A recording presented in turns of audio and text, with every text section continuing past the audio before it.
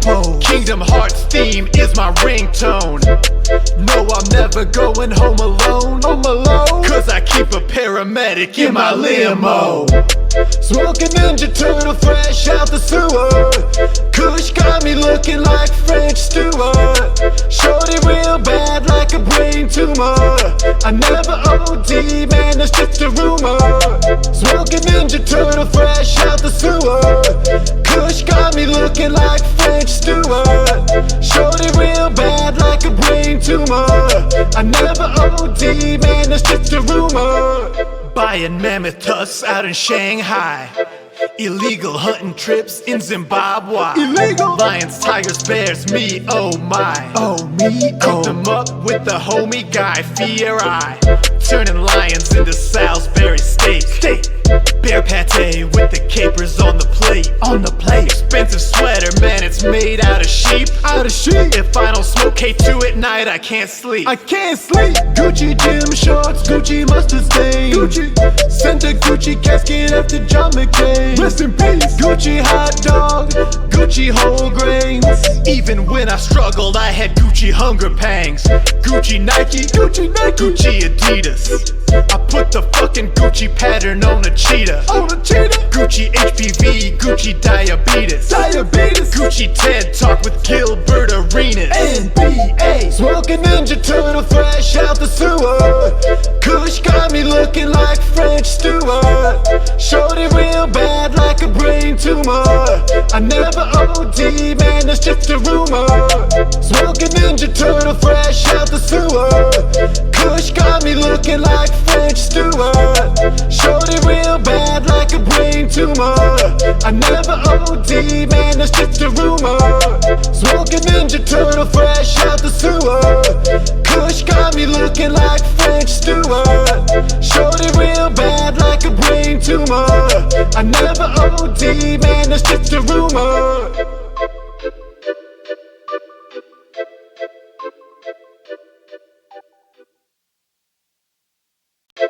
Smoking Ninja Turtle fresh out the sewer.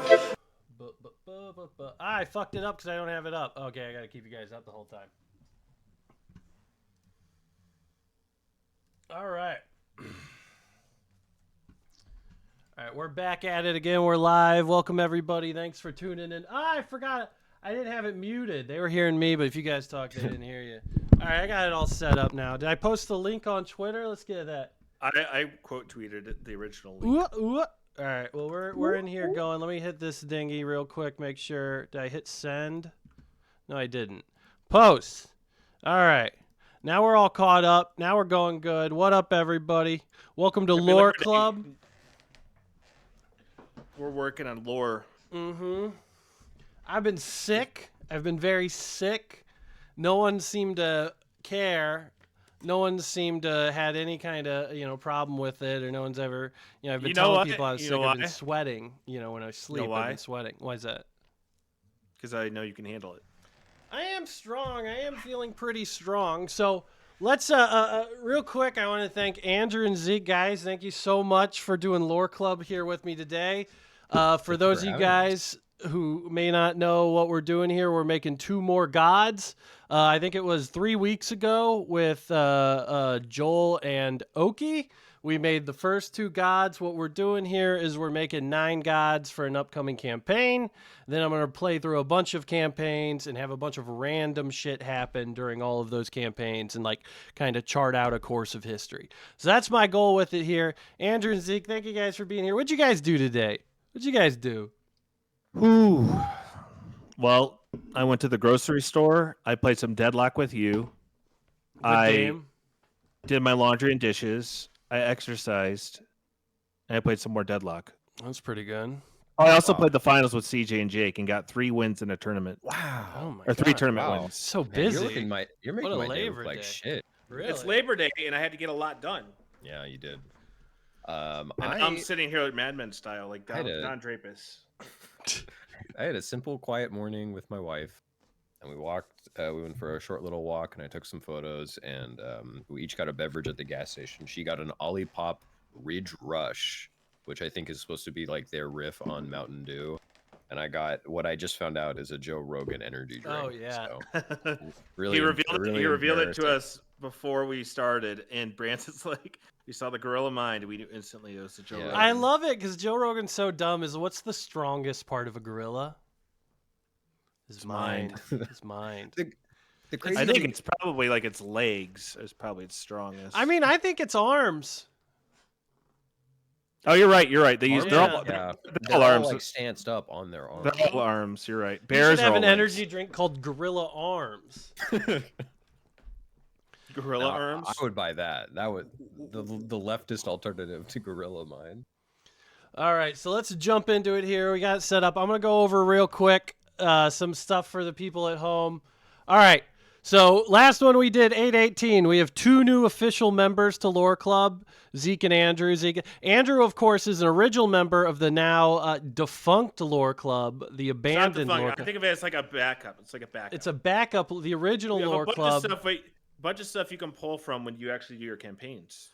So what are we going to do? What are we doing? We're creating a campaign setting for a long campaign. I wanted to figure out a way to do that would have good lore. Honestly, a lot of this is because the Elden Ring came out. A lot of inspiration came in the form of world building and whatnot. So I figure I like having fun. I have fun world building. The problem as a DM with doing a bunch of world building is that nobody really cares about it. And so if you contract it and put it on Twitch, then people will be more invested in it. Whereas if you try to get players to care about lore building, it's just not going to work. So this is almost my way of keeping a lot of people from having to experience a lot of bullshit lore during the course of a D&D campaign. But we got 2 done so far. All these gods are supposed to have pre-existing relationships. We're going to start the first campaign in order of like a late Bronze Age 1500 style setting. So that's what we're kind of designing these gods mentally around here. Would be like a Bronze Age understanding. So we're not doing super complicated kind of religious stuff. It should be very, at least at this point of history, like still relatively primal, so to speak. Once we have 9 gods, we're going to go forward. We're going to make some tribes. We're going to make the landscape. I want to do a bunch of random rolls for the world map. So all that stuff will come up. But first, we got to get the first 2 gods done. So real quick, let's talk. Before I go over the list and all this stuff, I'll go over that as we go through. We're going to do random rolled tables on all this. Let's go over the first 2 gods that are already kind of gone. And I had Joel do kind of the head of the pantheon. The first god, the original one, is a god named Murtu. He ended up being the god of death, the god of peace, and the god of dreams.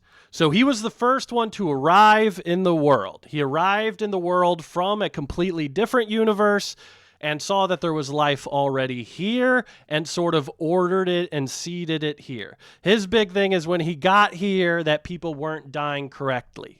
And so he showed them a way to die, he showed a way to keep remains that kind of brought about a little bit of civilization.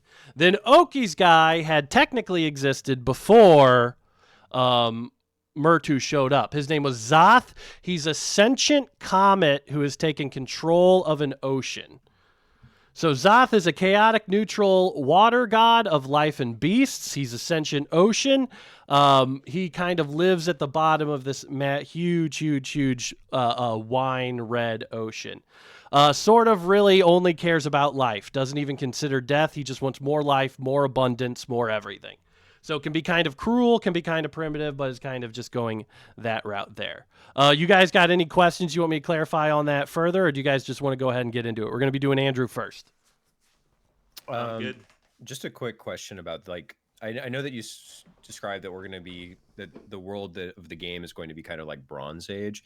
At what point are like the gods introduced to this world? Are we talking like very primordial? Are we talking like like there's cave people or early civilization? So in the kind sense of floating this around? one, the first god came when they were around like cave people. Like if you would want an equivalent for it, maybe like 40,000 years ago, pre-agriculture.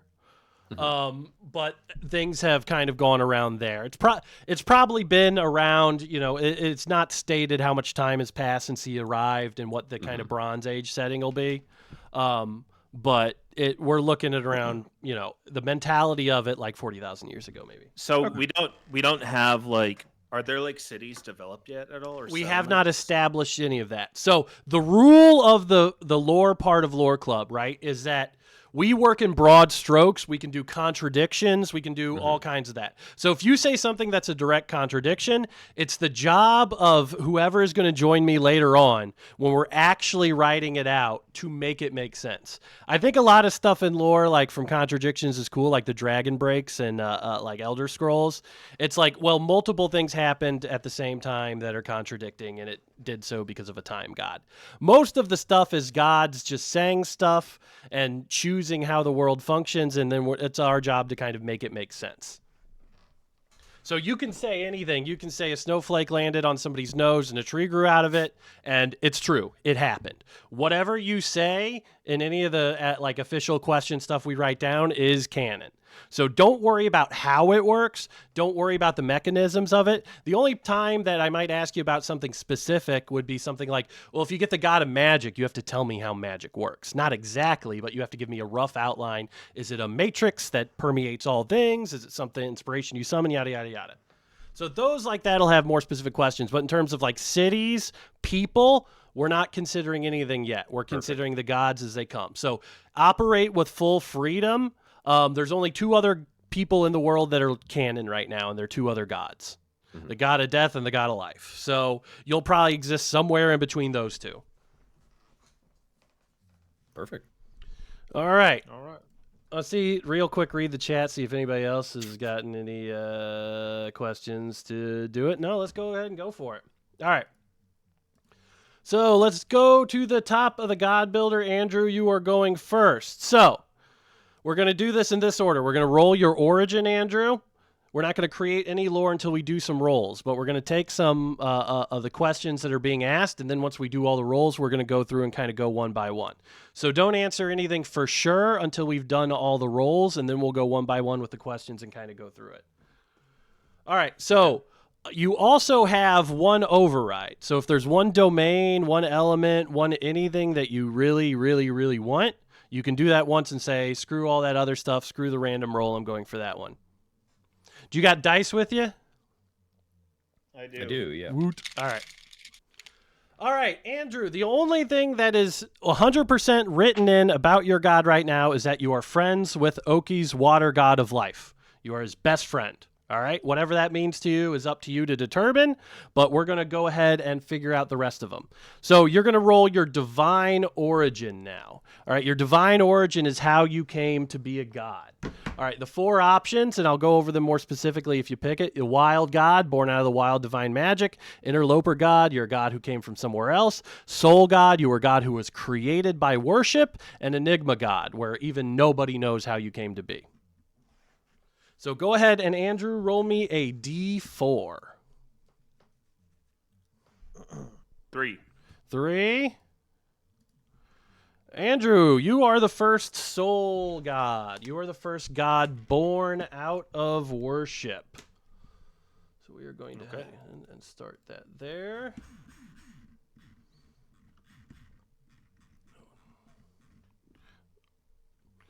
All right. We got a soul god. So I'm going to make you explain a little bit of what that means to you once we do some of the other rolls here. All right, now we are going to go down to your elemental domain. Well, actually, let me read you the description of soul god and some of the examples. You are a god born out of worship, whether you started as a mortal and ascended into godhood, or started as an idea and you were born through your beliefs or through the beliefs of your followers. You are nourished by the faith of your followers. You have a more intimate relationship with your followers because of this. Some examples were you were a revered ancestor that was worshipped for decades.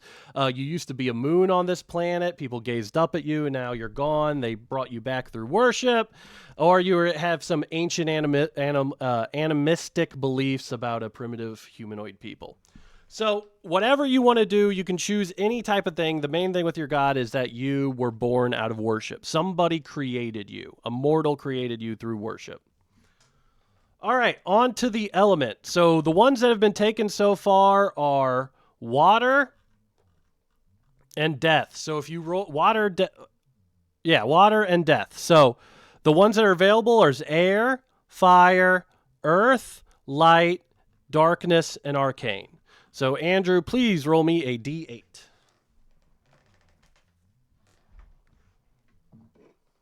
6. A6 is darkness. Jealous of that one. Would you like to stick with that one, or would you like to use your override to pick something different? I'm sticking with darkness. All right. Let me put that on there. All right, how are you feeling about that? Again, darkness is separate from death. I Right. separated darkness from death in this one. Darkness isn't even necessarily bad. No, not at all. No. Not at all. I kind of like the emergence of a soul god out of darkness. I think there's a lot of cool things that you can do with that. And when you, depending on what the other domains are, it adds a lot of flavor to it. So, all right, we're sticking with darkness. All right. This god's domain is everything the light doesn't touch, secrets and mysteries. There's something fundamental to the existence of this world that no one knows about other than you. Write it down, remember it, and do not say it out loud because I'm going to ask you about it in about 2 years. So one of the things I'm going to ask you to create is a huge, huge, huge secret about the nature of the world that nobody but you will know. So you're going to really just write something down and probably send it to me, and I'll just never read it until it becomes a crucial part in the lore. There's also you have to figure out a deep, dark location of hidden power. So that'll be part of being the god of darkness, the questions when we go there. All right, but let's skip ahead then, and let's go to the first list of domains. There's 20 of them. I'm just going to go over each one. Life has already been chosen. War is available. Peace has been chosen. Nature, agriculture, chaos, revenge, order, trade, prophecy, strength, moon, knowledge, wisdom, forge, love, hearth, madness, trickster, seasons. What sounds coolest to you out of those before we roll?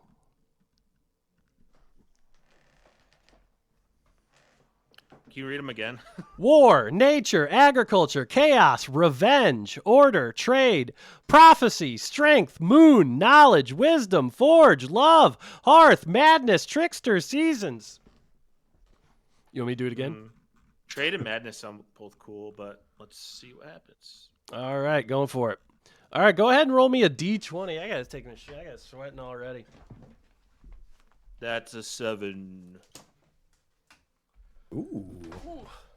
7 is revenge. I mean, that's got to feel a little good, right? That's got to feel a little Darkness good, and right? revenge. All right, and revenge gets some cool ones too. Well, let me ask you real quick. Are you going to stick with it? Yes. You rule over the divine domain of revenge, retribution, and rivalries.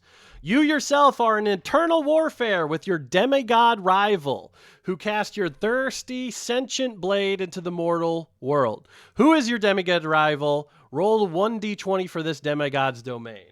And then you also have a sentient blade that you have lost. So you're 13. Oh, hold on. What you said? 13? Hold on. Give me 1 second. Let me put this stuff in there. But you say 20, right? Yeah, and you did 13. Yep. Let's see. That was your rival is the demigod of knowledge. So this one is taken up now as well. All right, so There's some good. Not that consistency is important, but I like. You got to roll it one more time. I'm sorry. The demigod has 2 domains. He's not as strong as you, but he has 2 domains. 9. So that's knowledge and trade. Your rival is the god of knowledge and trade. All right, so we'll design him once we get going a little bit. I'm pretty excited about that one. All right. And then we'll do all that stuff after. All right, we got one more domain then. Let me go through list 2 for you here. Sorry about that. Protection, thieves, healing, suffering, hunting, rebirth, undeath, revelry, wealth, poverty, twilight, ambition, humility, time, nobility, beauty, travel, holy land. All right, so any of those sound interesting? I mean, if I'm a god of revenge, hunting sounds cool. Hunting. You still have one to pick. So out of all the stuff you have to roll now, there's some stuff you have to roll within the domain lore questions. But the only other thing is you have a relationship. So if you don't use it, you can choose what your relationship to the next god would be. So you have that you're sitting on. All right, go ahead and roll a d20. Let's see what you get. 16. 16 is going to go dreams. That's already Joel. Roll again. 1. That's Beast. Oki got that one. Roll it again. 9. Revelry. Ooh. You rule over the divine domain of revelry, wine, and celebration. You delight mortals, but you have a favorite, and you have invited him and countless others to the eternal party in your plane of existence. What mortal best represents dedication to revelry? What is your realm called, and what is the party like? So that's an interesting one if you stick with it. What are you thinking? I'm about darkness and revenge, but also revelry. Yeah. It's a dark club scene. It's a dark. The god's name is ketamine. We're the revenge club. It's a dark club. I mean, I think I'll stick with it. I kind of like this. All right. It's kind of It's a little twisted. I mean, wouldn't you guys say that it's a little twisted? Yeah, I think Nah, so. not to me. No, To me, it's normal. It's normal to you, dude? it's Damn, not normal. You're kind of crazy for that It's one. normal. Oh man, the white screen's got even worse. Hold on, let's just get rid of it. Let's get rid of it. Let's just get rid of this filter. Took the shirt off. How do I get rid of it? I think I can just. I forgot how to do it.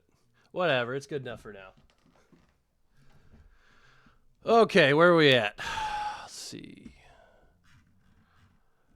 All right, so let's see. I think that's it on the rolls. I'm going to wait for the relationship roll until we figure out your guy a little bit. So let's go through the list questions real quick here. All right, as the god of darkness, Andrew, you're the god of darkness, revenge, and revelry. So give us, what are you thinking? How do you think of interacting darkness, revenge, and revelry in terms of like morality, in terms of what the person's like? They were created by worship. So they were created by worship for people who wanted to party, who wanted to revenge, and who loved the darkness. So what do you think the origin of your god is? Who worshipped him that brought him to life? Him or her? I have to make a person. Now you have all the details about the god. Now it's time to start creating the god. So in terms of this, what sort of god is this? How did they come to be? They were created through worship. What created them? What do they look like? They're in charge of revelry, revenge, and darkness. That's what they've been appointed to in the divine domain. So how did they get there? What are they like? What do they look like? Start with any detail. So this god, I think, was originally immortal, right? And they had something happened to them that caused them to seek revenge. And were they just mortal at the first? They were mortal first? Yeah, I think that they were like something happened to them and they got their revenge, but it cost their own life. If that makes sense. So they got their revenge, but they died from it. So how? Oh, thank you. So how did they get to the point where they became a god then? Who worshipped them? Who gave them the power? Because the point of a soul god is somebody, a group of people, or somebody's desperate prayer really birthed this divine being. I think they're probably some kind of martyr in their realm, and they died for it, but while getting revenge.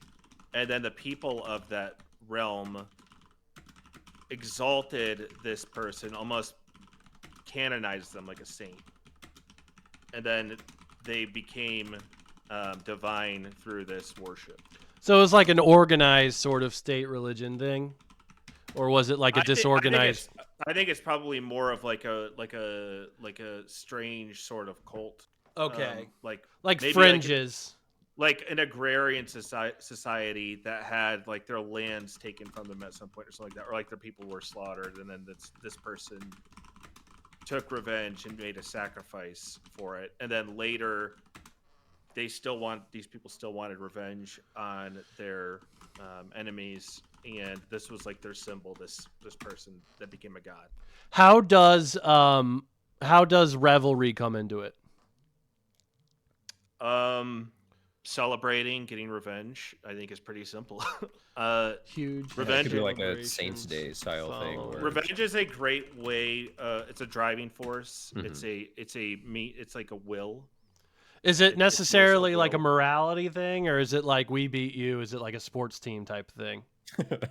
It's definitely to a degree of morality, whereas they believe in it like if you are slighted and your pride is stripped from you, you're sort of dehumanized or whatever. Like what they said the vendetta stuff was of like pre-Islam Saudi Arabia, where it's Yeah. just like it doesn't matter if it happened 150 years ago, it's on site if I see your family. Blood feud stuff, yeah. Like it's very is it like pride based, or is it power based, or is it honor, chivalry? I think it definitely started as like pride, and I mean, I would imagine that this god was born. All of this hate and like desire for revenge was born out of being like lower than anything, so there's nowhere to go but up. And, Okay. like I take it he like was sort of stage- like some sort of agrarian oppressed society. yeah. Okay. Like I imagine that he was probably like just a normal like yeoman or something, and had to rise up, take up arms against something. So that's or an oppressor. that's a good way to do it. It hasn't incorporated much of the darkness yet, but that goes into our first questions. So the first thing is I need you. We can save this one for the end, even because you're not even supposed to tell me this one. So we can we can figure out some of the other stuff first. But the first thing you're supposed to come up with for the God of Darkness is there's supposed to be some secret about the nature of the world that only you know and that you haven't told anybody. So Okay. think about that, and there will be something where just write it down or just have it handy for when I call on it. So the second is that this ancient secret is going to be someplace very, very hidden, one of the most hidden, darkest places of the world. Tell me about this ancient hidden location and tell me what's hiding there. What kind of power is waiting for people that can find it?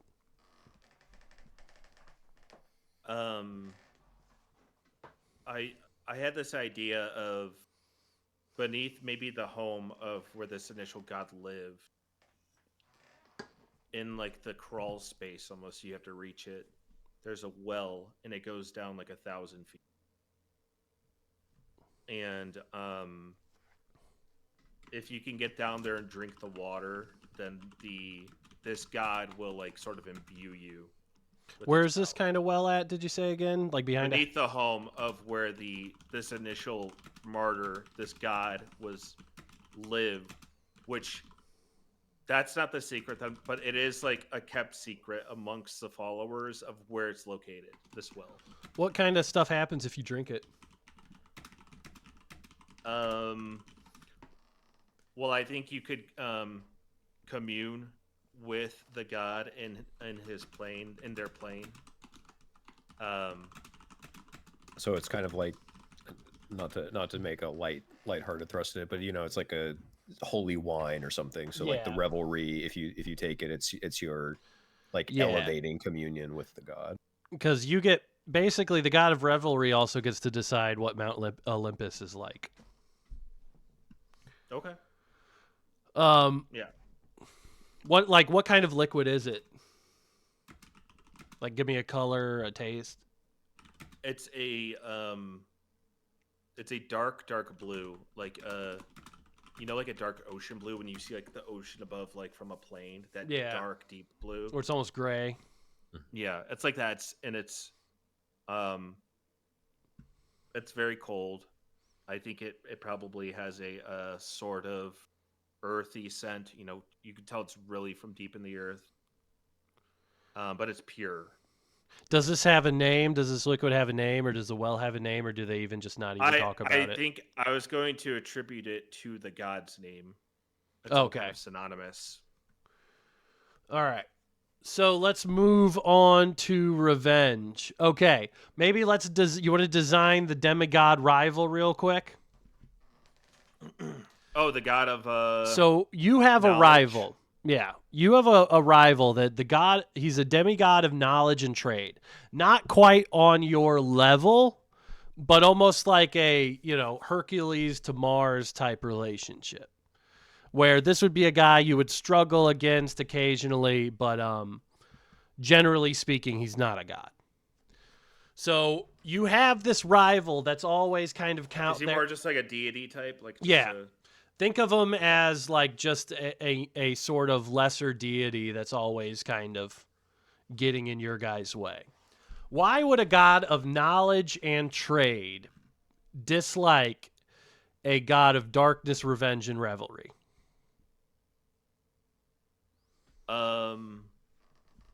I think because my god that I'm creating holds a lot of secrets. There's a lot of esoteric knowledge it holds that this rival can't figure out, like can't access, and it angers him or them because they want that knowledge, right? And they don't have it. They're the god of knowledge, and they don't have this knowledge. Like, this is bullshit. I want to know that. Yeah, and you there's no won't way tell them? And their followers, the followers won't give it to them. Like, there's nothing you can do. Like, they'll die before they tell you. Yeah. So it's just the eternal battle just for all of these lost, archaic multitude. He's a greedy god. He wants the knowledge like it's like he's greedy, like it's wealth to him. Yeah. And he'll do it at any cost. Like, he's killed my followers for it. Yeah. So it's just this guy just wants knowledge at all costs. Give me like what's a cool look? What's a cool look for this guy to have? If we're talking about knowledge, like they can be anything from like looking angelic, looking demonic. We can really make them look like whatever they want, but it does have to have some. I think it's very. I think it's like a male figure. He's very handsome, like conventionally attractive, like strong jaw, long hair, and I imagine that like he has. I don't know if this is far enough. So he's like a super handsome god of knowledge. Yeah, but that's like Johnny Bravo being a god of knowledge. Yeah, but I don't know if you'll let me do this. I don't know if you'll let me do this. I have to let you do anything. I want him to have a navy of knowledge. Like, they travel the realms, seeking for knowledge and books and everything, and they're almost a little militant about it. That's pretty good. And since he is a demigod, this would be a guy that would be on the mortal earth. More so than a lot of the other gods. Their uniforms are classically a copper, like metallic sheen to them. They were like classic, like old school, like I know it's like Bronze Age, but they like wear like typical like old school like British naval garb. Love the word garb. And it's like copper. All right. Name for him.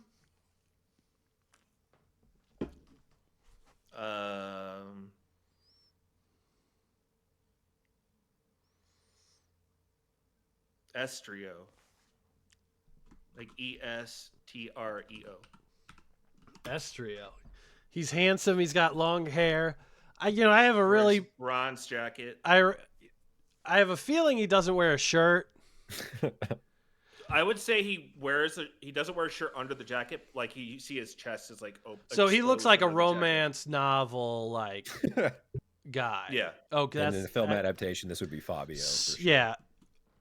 Romance novel cover guy vibes. All right. Now, the god of revenge had a favorite weapon.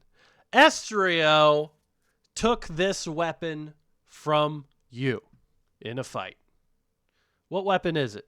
It's one of the most powerful weapons in all of existence. It's going to be an incredibly powerful weapon during the course of the campaign.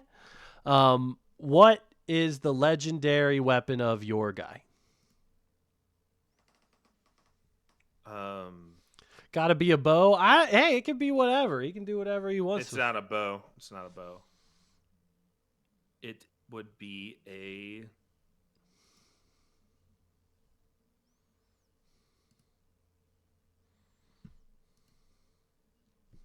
Really thinking. Sorry. You're really chewing. When you on bring this up one. when you bring up weapons, I mean, there's a billion options. Well, are we So, going two-hander? Are we going? Is he dual wielding?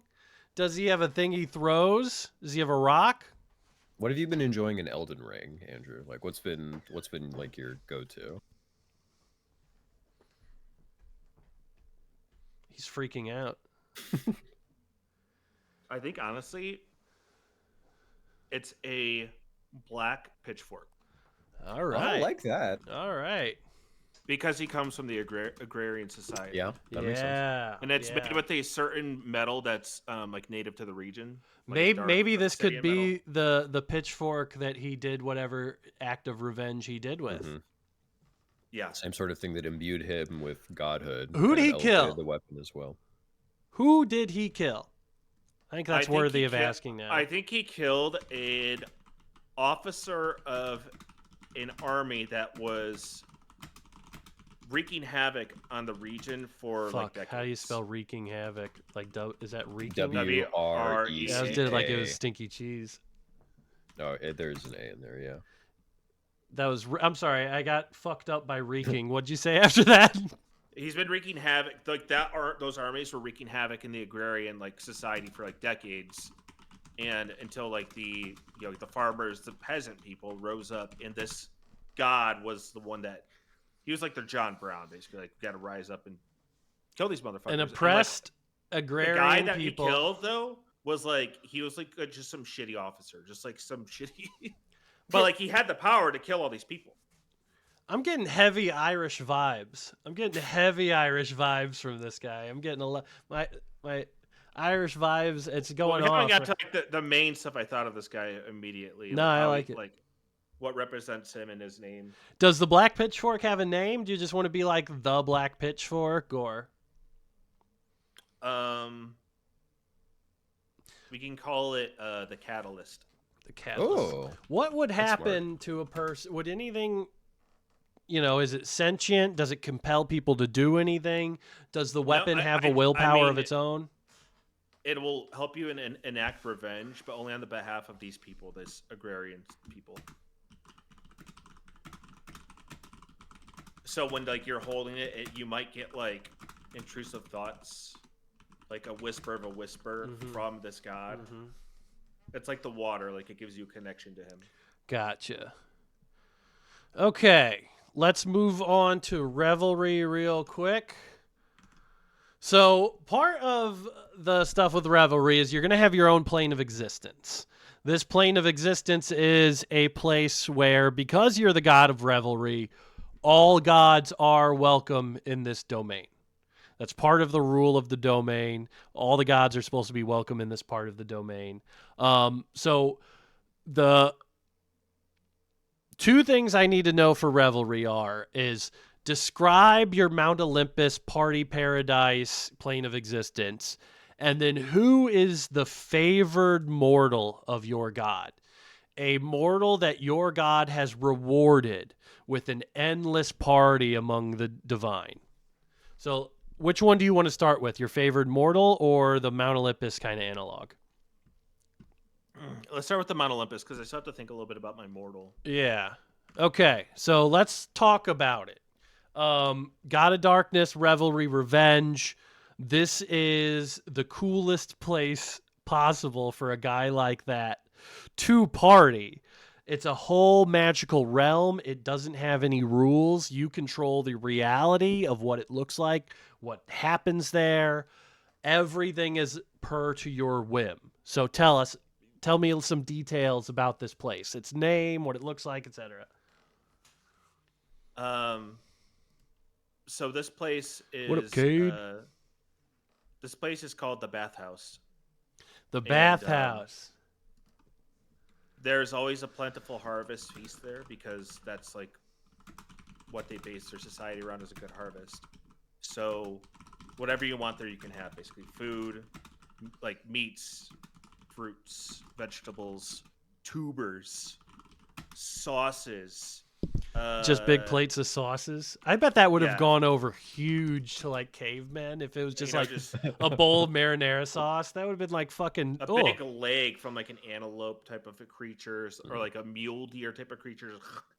So plentiful food, drink, and throughout this, I'm going to describe the look of the bathhouse. It is almost like a massive cave, almost like an underground stadium of sorts.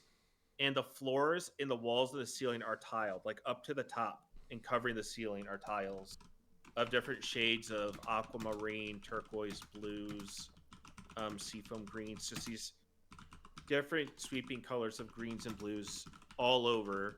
And then there's hot springs throughout. Ooh. And that's where, like, the gods come and hang out in this bathhouse.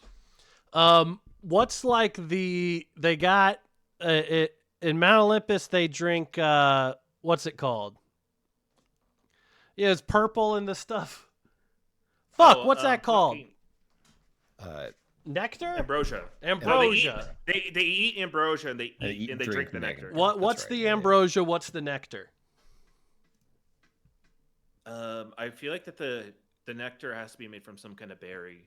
Berry? You can make up a berry. Whoever gets the god of agriculture has to make up the most common staple crop in the world.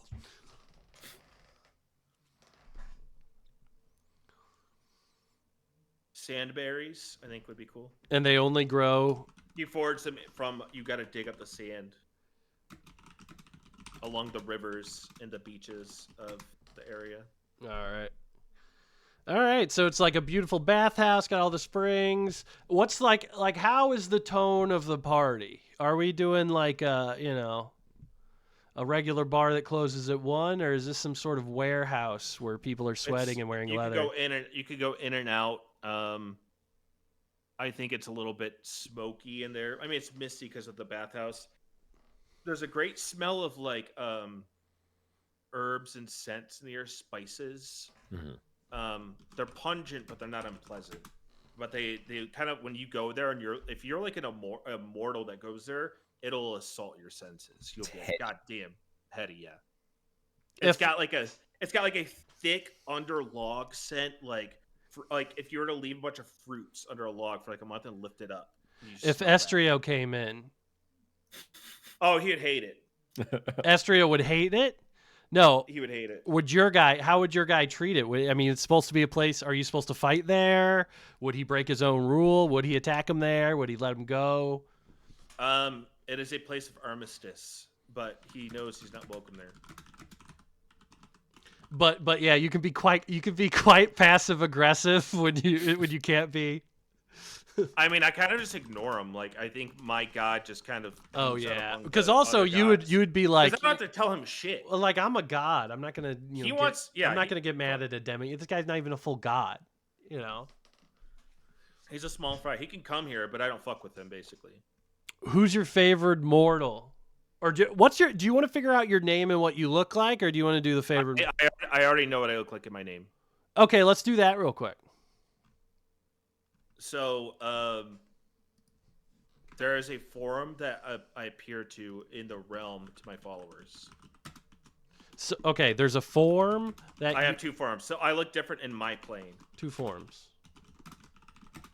In the realm where they see me as and where they worship, or where they like give me thanks or whatever, pay fealty to me. I am just a larynx.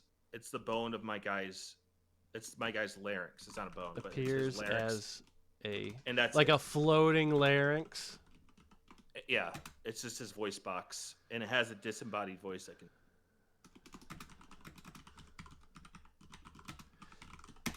All right, what is your other form? So my other form is he kind of just looks. He's sort of a normal man. I think he probably died at a. Not too young of an adult, but I would say relative to like whatever their ages are in this realm, he'd probably be like late 20s. He's a worker, field worker, like farmer type, and he just wears like a black, like a long black skirt that goes down to like his shins, and black boots, and he's just shirtless. A very like goth style look. Does he have any eyeliner or anything? Is anybody doing it? Like, No. I had to ask No. just because I feel like, it's No, just... he just has like probably just like Is that kind of, is he from a goth agrarian culture? I mean, if they're of darkness and all. All right, so what are a little bit goth, what yeah. are we naming this goth agrarian culture? Because we should figure out now. Because Zeke, please, if you got anything, what's a good name Should for be like the place or the people?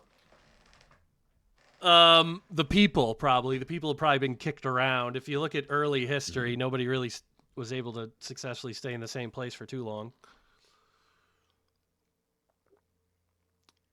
God. It needs to be guttural. It needs to be like Yeah. Almost monosyllabic, I was thinking.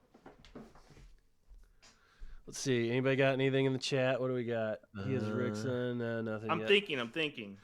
You know I love naming shit. The Cramish. Dredge. The Dredge. The Dredgians. That's almost too Warhammer-y. Too Yeah. close to Literal. drow. I It's think too close, so, yeah. It's too close to drow. I like the idea of a goth agrarian society. It's very funny. Yeah, they only grow like morning glories Oh, or stuff I that know, blooms I know. at night. I know. The brine. Oof, the That's brine. pretty good. The people of the brine. Mhm. All right. My God. I would imagine you're the patron god of the brine. They're humans, I'm guessing, right? Yeah. Yeah. Okay. And did we have a name for your guy?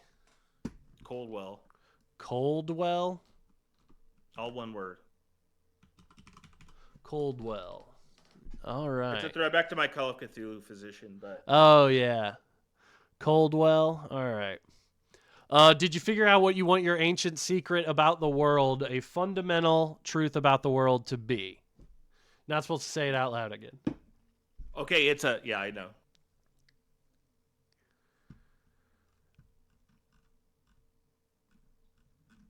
All right, let's see here. You have that. All right, last one we got then. Once you can think about the ancient secret on your own time. Last one we got then is the favored mortal currently. And then we got to do Does it your have to be a relationship living- to what it's a living person. Well, it can be a person who died. It can be a person who's living. I just say living because most likely this is going to be somebody who shows up in the campaign. So my favorite mortal is my younger brother that's still alive, and his name is Thalamus. Thalamus? Yeah, like in the brain. Yeah. All right. What's Thalamus like?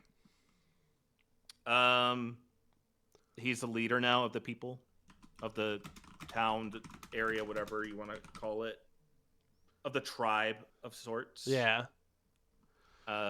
Looks like me. How do you celebrate him? I provide him with cover from their enemies, provide them with darkness. I think that the town, especially at night, is hidden. The area is like hidden and protected by a deep darkness that people cannot navigate. All right. In terms of him being like the greatest like the partier you'll have at the bathhouse, when you invite mortals to the bathhouse, are you trying to get them super drunk? Well, actually, that's good enough for now. Let me switch to the mortal questions real quick as we kind of wrap this one up because these cover some of that stuff here. All right. So now these are all the godlike questions about how your guy actually functions in the world, Coldwell. What is the correct way for mortals to worship Coldwell? How are they supposed to worship you? I think continuing the ways of the agrarian life, but also a little extra is if they encounter the enemies of their people, they kill them. You could bring me their bones, a head, something, a trophy of someone that died that they killed.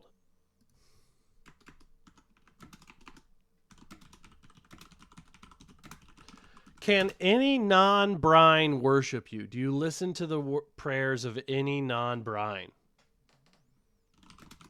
If they're serving the cause of my people, yes. Specifically, the cause of the brine people, or like Yes. if their need of revenge is so great that like you They sense can it, pray. and, They can pray for revenge, Okay. but it has to be. like It can't be morally like justified. this guy or... stole bread from my family. I want Mhm. revenge on him. It can't be that level. It has to be like Right. blood feud levels. Mhm. It has to be like you Has to be know, worth I my need to time. kill the leader of the people that are like enslaving my community or whatever. Yeah, That level, yeah. yeah. All right. It has to be. It has to be heavy. Is there like a church representative? Is it like a cult? Is it like people decentralized communities kind of worship it? How like who? What's like the more leadership in charge of worshiping you? The leader is the head of it is still my younger brother. I think it's more of like hush hush kind of. They have gatherings, mainly the revelry and festivals is a form of the church and everything. Maybe it's like a form of cover to plan this other stuff where maybe there's like these big parties that they can have where they're able to do some sort of revolutionary activity because the guards aren't paying attention or something. Mm-hmm. All right. Both sides of the blood feud worship, yeah, but I think it's up to Coldwell to interpret it and see who is more in the wrong to him. All right. I'm streaming on Labor Day because I said I was going to do it Sunday, and then I couldn't do it Sunday, and I said I'll do Monday, and then I was like, oh, it's Labor Day, and then I was like, oh well. How do you interact with mortals? Do you like mortals? Do you hate them? Like, you're a god now. Do you feel more distant? Like, think of it on like the level of like Zeus loved mortals and would go down and pretend to be a donkey and fuck women, and he'd goof around, pretend to be like he was just kind of goofing off all day. Like, what's your level of interaction with mortals? I think he does like them, depending on the mortals. What kind of traits do you look for?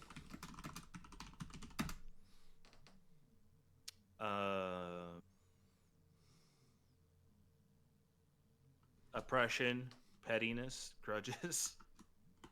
The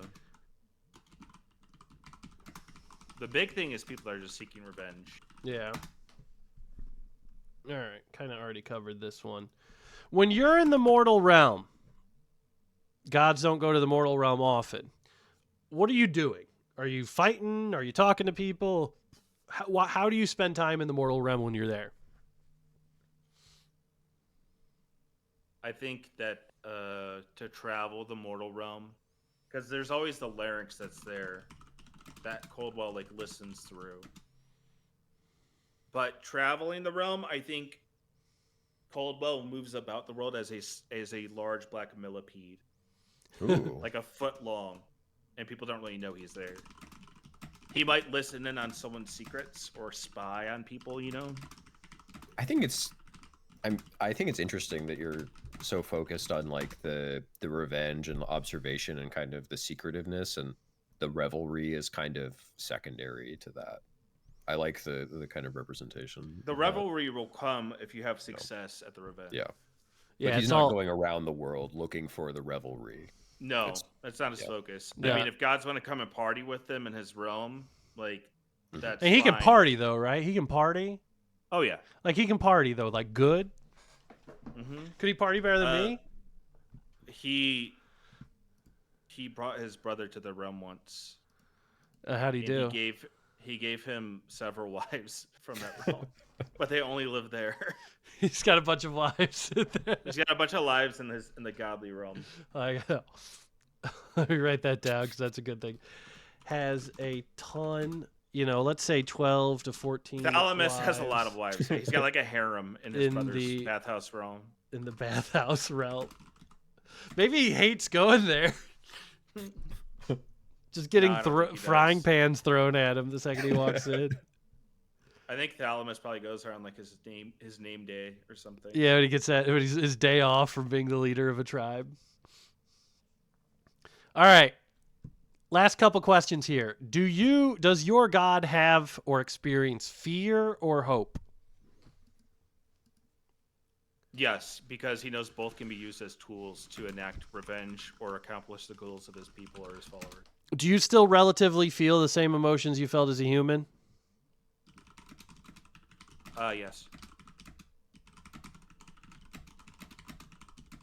It goes deep, just like the well that holds his water. Are you striving for anything past justice for the brine? What would happen if they became this, predominant empire eventually? Would he still feel the same? If they were thriving, then I think he would probably dial back his feelings or strong feelings of revenge. Like, I think he'd still serve those who seek it to him, but he would feel like he can finally rest. Okay. If they dominated all of their enemies, he'd feel like he can finally rest. Is that all he wants out of the world, or is there some other motive he has? Right? I mean, that might have to do with the secret. Okay. But I also think that there's other gods, I think, that, or mortals that even could make deals with him. Like, I think he's open to making deals and bargains. All right. So let's talk a little bit about your relationship to Oki's guy, Zoth. So how did you come in? When you became a god, Zoth already existed. So I imagine that in some way you would have been contacted by the two gods that already exist, the god of death and dreams and the god of life and water, right? You chose really that you are friends with Zoth, who is an entire ocean. An ocean is a primordial soup of life. He is a wine-colored ocean. Within the ocean that is Zoth, there's two sentient species of fish people that have civilizations throughout the underpart of that ocean. How would a god of revenge and darkness and revelry become familiar with a bestial god of the ocean? I think for him, I mean, he still has the feeling, the desire to avenge, or like allow his people to get revenge. But once he enacted revenge and was no longer, like, when he was killed, right? Yeah. And then he was eventually formed into a god out of the cries from his followers and their suffering, out of this sort of worship that we don't know how that works. Obviously, that's up to you. Yeah. But you can say anything, and that's how it is. But what happened, I think, was he got his revenge, so he felt a certain degree of peace, but he also knew that it killed him, and he didn't want his people to all die for that. He wants them to keep going on living. So life does have meaning. So to know the god of life... Maybe we can even say that Zoth gave him the spark that helped him become... Once he was forming those early things, he helped him with the spark necessary to become a god. Yeah, I like that. Yeah. So we can say, given divinity by a god of life named Zoth, that maybe... I think he just saw visions of this ocean, like the waves, the red wine-colored waves, and just hearing the voice of Zoth, right? Yeah. This alien planet came to him in his dreams. And maybe... through his dreams, he also kind of he was aware of Joel's god, but he was more familiar with Zoth. All right. He became friendly with Zoth. Okay, so that's your relationship with him then. So now I'm going to have you roll to see what your relationship to Zeke's god is going to be. Uh-oh. So please roll me a 1d8. The fuck is my D8?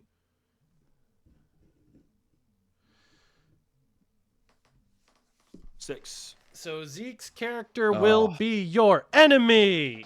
Wow. You have That hurts. another enemy. So it looks like that I'm a rival and an enemy. It looks like your god has gained some powerful enemies. So that was what we're going to start on here. Let me get this format back together and ready. All right, and Streamer, can I go pee? yes, you can. Thank you. Grab Thank you for this asking stuff permission. here. It was very polite. He was raised so well, honestly. I mean, I don't want to give him the satisfaction of that, you know. I don't Well, he wanna- can't hear us is the thing. Well, I mean, he could. See, here's the thing. I always walk away with my headphones on, and then I hear Andrew talking bad about me while I'm using the bathroom. But the thing is, I can't say anything then. I can't because I'm too far from the microphone. But I hear it all. But I And you hear it store all. You have like a little folder in your mind where you're filing these away. I think it's very important to, if you're being a person that has friends, right? You have to constantly rank all of your interactions. You have to grade how well they're treating you. All that stuff is very, very, very important. Right, how fast they respond to your text messages. Oh! If they give you like a laughing react in the group If chat. if their response is too dry, it's simply too dry of a response. You are failing my friendship requirements. Yeah, you go down in the ordinal ranking. You drop. It's a shame, but it has to happen. It has to happen. There's no way around it. Welcome All back. right. Okay. So once we have you done, Zeke, we're going to do one event that is going to involve both of your gods. So if you don't know why you're the enemy to Coldwell yet, we can even save that for the very end, and it could be this big kind of spillover. Yeah. Because you're not a god of revenge, so it's not going to be as important to you, but whatever it is about Coldwell, that's somebody that ontologically you dislike. Right. Yes. Can I do where my people live is is it like a country or like a county or We a haven't town? decided. So once I do I'm doing the gods first. Then I'm going to do I'm going to do 6 tribes and 1 big empire. And then for every campaign, there's going to be a new empire added, and I'm just going to roll random traits on what that empire is like. Oh, and I'm also going to roll. I have a name for a town if you need it. Give me the name. Yeah. Dimstat, like Ooh. Dimstadt. That's a good town. It's a good hollow one. Town of Dimstad. With a T at the end, like Ooh, German for Dimstad. town. Nice. All right. At least we know the ancient home of the brine people there. All right, let me get this pulled up. Where did I put this shit? Okay. All right. Zeke, are you ready? You already know the rules. You're a good listener. I don't got to say anything to you twice. You already know you can do an override and pick something you want. I ain't got to say that stuff. Andrew, that country fool, he doesn't understand this stuff. I got to say it for him a couple times. So I saw Joel's section. I didn't watch Oki's yet. I have the VOD pulled up. But has anyone used the override yet? I don't think Andrew so. and Joel didn't. I don't think so.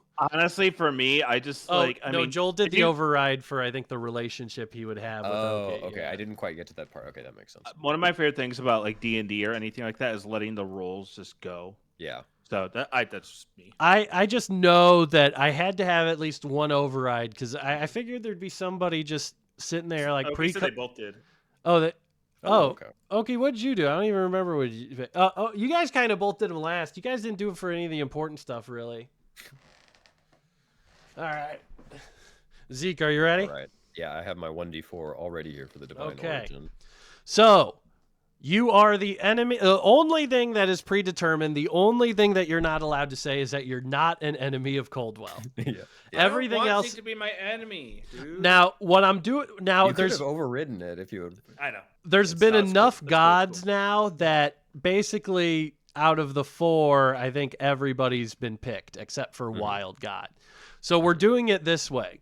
If you are an interloper god, you are going to be related to the first interloper god, which is going to be Joel's guy. If you are a soul god, you're probably going to have some sort of interaction with Andrew's guy. So we're going to have similarities in that. If you're an enigma god, that's probably going to have you storyline-wise somewhat conflated with Zoth. The only Interloper one that gods are hasn't been so created is Wild Gods. Okay.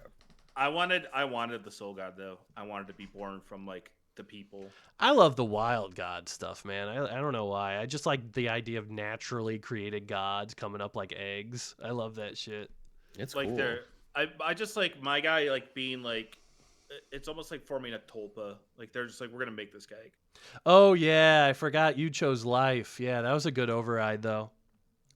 All right, I rolled and I got a 1, which One. is fortuitous. You are a wild god. You are a god born out of the wild divine magic of your world. Determine what your divine spark was. You could be born from a solar flare on a star nearby, or you could be born on an asteroid or comet or moon or something, one of those things. The choice is yours. So I'm going to go ahead and put that down. We can decide what the actual background of it will be after. Let's go ahead and move on to the element. Do you have any preferences on any of these here aesthetically? Are any of them cooler to you?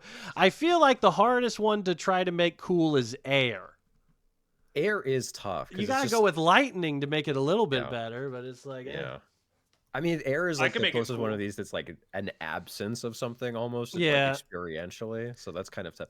Arcane feels interesting to me. I feel like I've been reading a bit about Kabbalah lately. There's like an interesting kind of emergent phenomenon of like spirituality and math that kind Yeah. of happens. And I Yeah. feel like that there's something cool maybe that could happen. Let's with have a Arcane. we haven't seen a fantasy like setting with like a fractal based casting Yeah. system. That makes Honestly- sense. That's funny too, because Zeke, are you Jewish? I am, yeah. No, but like, I am surprised. But you're- Congratulations. no, but you're a data scientist. You're a math Yeah. guy. Yeah. And you do crazy math. Yeah, I'm a So- published mathematician. It's kind of Congratulations. makes sense. Thank you. Not as impressive as the Judaism. With like air, I feel like I was just want to say with air, I feel like a cool thing to be is like a giant bobble, just like a glass bobble, and it's the god is in there. Mm-hmm. That something like that. And But it like, just like it changes, like it it's reflecting. not really the god. cool. It's really Yeah. whimsical, I guess. But like, No, I like that idea. It's kind of like a sphere that floats, and like it changes the temperature of the air, so you have like clouds that form or winds that are like Oh, yeah. bursting against the edges of it, so that it's like dramatic or placid or reflective of whatever the mood need. you hear the wind, you hear the air howling when it's Mhm. upset. When I was doing a play test of this and trying to like roll all the systems to see if they would make like cool gods, I got like an air, disease, and suffering one that I was just like, Oh my god! I made a god of gas, just a god of internal gas, just the god that Well, needs Tums, the stomach it's ache fun- god. Okay, that is like pure suffering though. Yeah. Yeah. Like I've had literally patients that were backed up for like just a week is all. This guy was so backed up, but he was like became literally suicidal because of it. Oh God, I can't imagine. I have rolled a 1 on my D8, so Uh-oh. looks like our conversation about air here has been. All right, it's been fortuitous. The god of air. All right. Yeah, Are I'm gonna stick with that one. I'm Okay. gonna stick with that one. And I'll keep the repick in the back pocket He's a if whoopee it comes cushion. down to it. This Yeah. god holds the sky in place, controls winds, storms, and weather. How? What sits at the very top of the world and what exists beyond it? Is there a firmament? Only one species blessed by you can reach that high. What is it? So once we get going, I'm going to ask you what exists actually beyond the sky in this world? Yeah. If anything, is it the realm of heaven after that? Is there a space? And then your common species will be like a blessed bird, almost like a heron or something like that, that can go to absurd heights to reach even what your kingdom in the sky would be.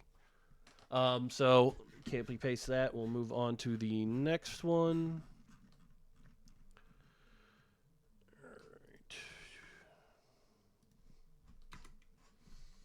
All right. And then air, that would manifest if you want to do like in terms of lightning, in terms of storms, however, like you want your power to manifest, that would be completely up to you. All right. Do you want to talk about air at all and your thoughts on it? Or you want to move down to domains? Let's move on to domain. I'm gonna let the air stew and see if it. Yeah. Plus, you might get some context from some of the other ones. That's kind of what I was thinking here. That like I think that's the way to something do will it. Rise out of Because it's very easy to be like, okay, word association. How do you combine air and nature? Okay, we can figure something out. Yeah. All right, so let's see what we have still available on list 1. War, nature, agriculture. Well, let me get rid of this one. I think I got like 2 of these to get rid of. War, nature, agriculture, chaos, order, Trade is gone. Prophecy, strength, moon, knowledge is gone. Wisdom, forge, love, hearth, madness, tricksters, seasons. Anything call your name there? I think that like there's a bunch of good concrete stuff with like seasons being related to the air. There's something also kind of interesting about like one of the more abstract ones, like madness kind of landing. Yeah. I think I where- thought like the same thing, dude. Frenzied Flame, it's so sick. Yeah. there's ones that like aren't that exciting by themselves, like nature necessarily Mhm. isn't that exciting by itself, but if you get like nature arcane, nature something, Yeah. I think that becomes. So I think a lot of the most boring ones, like agriculture, because if you get like fire in agriculture, you can create something cool from that. Like it changes how the kind of world gets set up, is at least what my intention will be, and natural storytelling will kind of come from that. But I think with a lot of the boring ones that really like, if you have something like madness, you can pair that with anything and it'll be good. Well, fortunately enough, I've rolled an 18, which on this table Is is madness. madness. All right. Okay. How are you feeling about that? Sticking to it? I'm gonna stick to that. All right. I think, You gotta. yeah, I think I kind of have to. I feel like every time I've talked about something, it's been rolled. Yeah, you're really running with the lathe of heaven. I'm really, here. I can't even force it. Like as a DM, I can usually lie about stuff. I can't even lie Yeah. this time. Zeke's lying. That's true. I'm not, dude. I lied too, because Branson talks about it. I got my little slime green dice, and they're rolling hot today. I got my like foamy Ooh. green die. I got my fish tray full of Ooh, look dice, at but I'm that. not even rolling. All right. So we got the element of air, the domain of madness. That might be a good way of Yeah. that is going to have some good interactions there. All right. So what we're going, let me read the description for madness. Let's see here, and then we'll go on to the next one. You rule over the domain of madness, mania, and fury. An eerie building in a strange location is not only cursed with madness, but houses the entrance to a strange plane of existence that best represents your god's interpretation of madness. What is this cursed building? What is this plane of madness? And what are its rules? So we'll go over that. Those are a little bit bigger world building ones. So I think that one probably is a definite to skip down to list 2 and figure out what the second domain is going to be. Yeah. Totally. All right, let's go over what is available. Protection, thieves, healing, suffering, hunting, rebirth, undeath, wealth, poverty, twilight, ambition, humility, time, nobility, beauty, travel, holy land. All right, we got our options on the table. What are you? Anything calling your name? I don't know. So a lot of these are hard in my mind, hard to dovetail with air and madness. Yeah. Air with a madness flavor. It could be the time to use the switch up. I was thinking this is probably going to be a repick, so I'm gonna roll in a sec, and then I'm gonna read the list again. 14. The giant windmill. 14. Humility. Humility. Oh. You rule over the divine domain of humility, self-acceptance, and dignity. A holy order dedicated to you has existed since well before recorded history, and in one age they managed to create a small, humble, and just kingdom. What is the name of this holy order, and what's the name of this kingdom? I think that this is going to be the repick. I think I'm going to switch it over to 15 and go with Time. All right. Time. There's It's some beefier. interesting stuff you can kind of do with like Madness and time. yeah, exactly. Like playing with the scale of time, with like the linearly ordered nature of time being upended by the presence of gods to some extent. Yeah. I think that there's a little more flexibility here. So I Well, think that also that's- there's with time you have the biggest chance to change shit dramatically.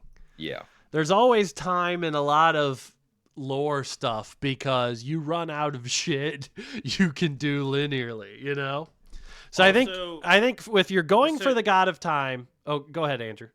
I was gonna say, just to mirror my guy, someone that's obsessed with revenge probably has a very difficult relationship with the concept of time. Mhm. They'll wait forever, maybe, but Yeah. they're probably like, "Fuck this! I'm so sick of waiting." So You are the god of time, which means that your guy would have free flow of controlling it, moving through it, whatever would be to his whims. So if you say, well, he's going to go back in time in history and become his own dad, and then that's completely allowed. Feel free to go as big as you want.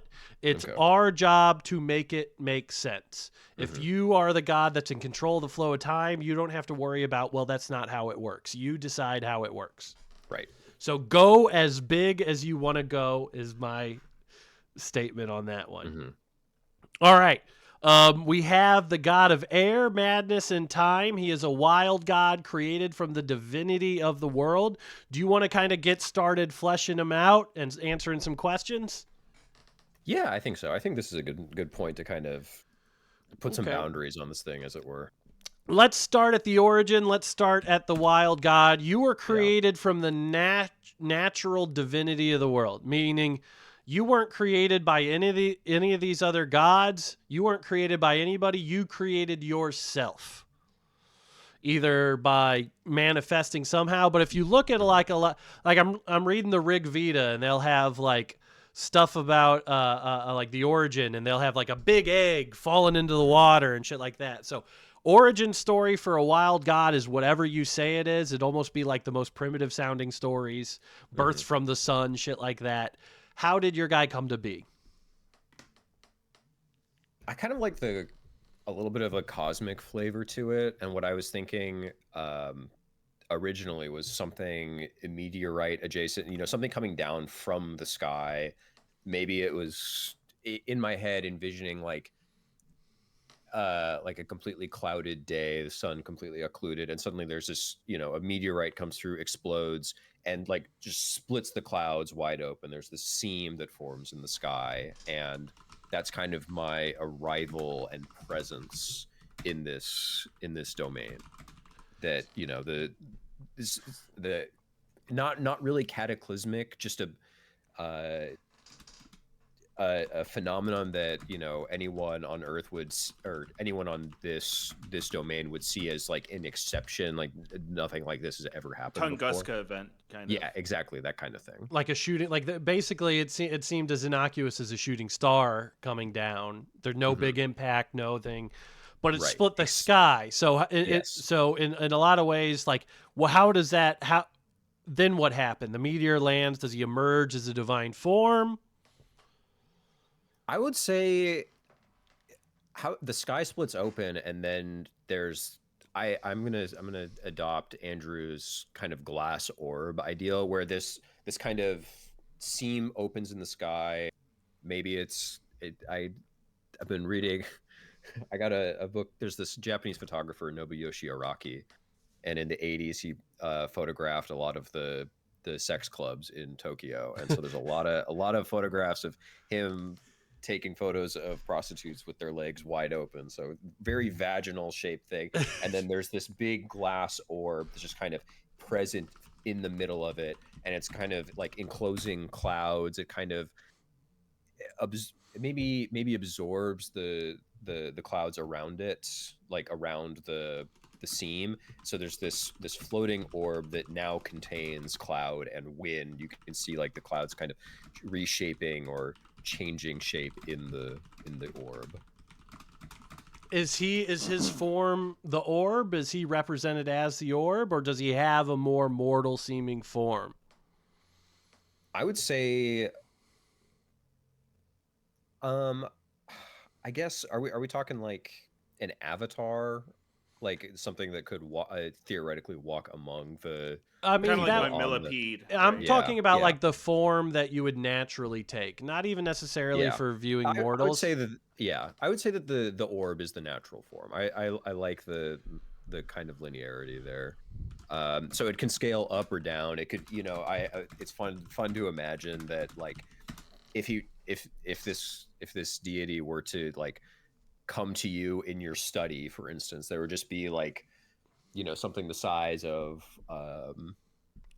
like maybe even a light bulb just kind of floating at eye level and kind of a booming voice emanating from it, changing like miniature clouds inside or lightning forming. I like if the it's god of angry. madness not having a face. That really has Yeah. got to be hard for crazy guys that they Yeah. they don't have anything to fixate on. Yeah. What is And it? then- What does the glass look like? Like, you ever see those like baubles like made of like sea glass? Mhm. Like those bauble those. What does it look like? What does it look like? That is it more like a snow globe, like smooth, glossy, or is it? Yeah, I kind of like the idea that it could be, if it came down to it, completely translucent. That there would just be like this, almost like a vacuum that was sitting there. If all of like the clouds and weather phenomenon interior to it cleared out, that it would just be this like almost it would be like almost surreal to look at it. There would just be this empty circle that Okay. that kind of like you could see through it, but you know that something is there. Does So the it- outer yeah. does the outer material look? Is it more glossy or more matte? I would say more matte. Like it doesn't really. Yeah, I like reflect. that. I like Yeah. that. All right, I like that so far. Okay. All right, so it basically came down to the Earth. It manifested itself almost as like the kind of natural energies of the world. Mhm. If we look at it in terms of how the other gods arrive, then this world has already experienced gods. You're not the first god. So it even may be you're the first type of this god. So it's maybe on some reflective level, this world saw all these gods, these interloper gods coming in and almost kind of created a natural one of its own by its own accord. Right, sort of maybe a reaction to some extent. Yeah, and we can keep that vague because it Yeah. doesn't have to be explained. Right. All right, so let's talk about the lore of what exists beyond the sky. hmm You are on whatever the mortal world will be. You fly straight up. When do you stop? hmm What does it look? Are we doing like we can do anything from a Christian style firmament? We can do turtles all the way down. I Yeah. think it would be interesting to have a non-typical cosmological model of a fantasy world. I kind of I like where your head is at with that one. So I'm feeling a hair boxed in just because not for any real reason, but I did a physics minor when I was in Oh, undergrad, so I'm like just thinking about like a Mobius strip on a yeah, I'm thinking of like these like the Dirac delta function representing, that suddenly there's just this thing that I'm more of a comes into picture being. guy. So let's see. Yeah, you know what? I kind of like I like what you're describing where there's this just you saying Mobius strip actually. There are these so Mobius strip is the two-dimensional version of this. The three-dimensional version is called a Klein bottle, but the idea is that there are these shapes for every dimension where they have no interior or exterior. They're the same thing. And I kind of like the idea that it's a cyclic thing where you go up far enough and you like this kind of ties in more with the madness, I guess. How do where I you just spell that Klein's thing? Klein bottle. KL. And I kind of like the idea that like you find yourself returning to where you came. Like you feel like, maybe I'll reach some sort of degree of conclusion, or I'll reach some higher existence, but my god doesn't let that happen. It's like kind of a representation of the madness thing where if you're trying to get to the top, you find yourself at the bottom. Right. Just Okay, so it is like just almost like the entire cosmological structure is just like the Sisyphean task where you cannot even we can even say maybe and tie in the highest flying creatures to it, that maybe these birds are the only ones that really know naturally how to navigate up to your kingdom. Yeah, I like that. I was thinking, in my head when I was describing this, that the birds have hit this perfect medium. Like they understand through their divinity that, or their divine blessing, that existing in the exact middle between these 2 points. Yeah. There's not really a middle, but like you can exist at the exact middle between where it restarts and where it began, that you are flying at what has, even though you would think that there's not a highest point, it is technically the highest. And maybe they go like, you can even have these big ass birds or whatever you want to make them be. It's such, they reach a point of equilibrium so high up where they like hibernate and still glide for like 8 months or something. Yeah, I mean, I was thinking like thunderbirds in native mythology, like just something truly gigantic. And Joel did a Quetzalcoatl. Shit, Quetzalcoatl. Yeah, Quetzal. Am I doing it right? Quetzalcoatl. Quetzalcoatl. Quetzalcoatl. Whatever. You know the guy. Is that the same as the thunderbird?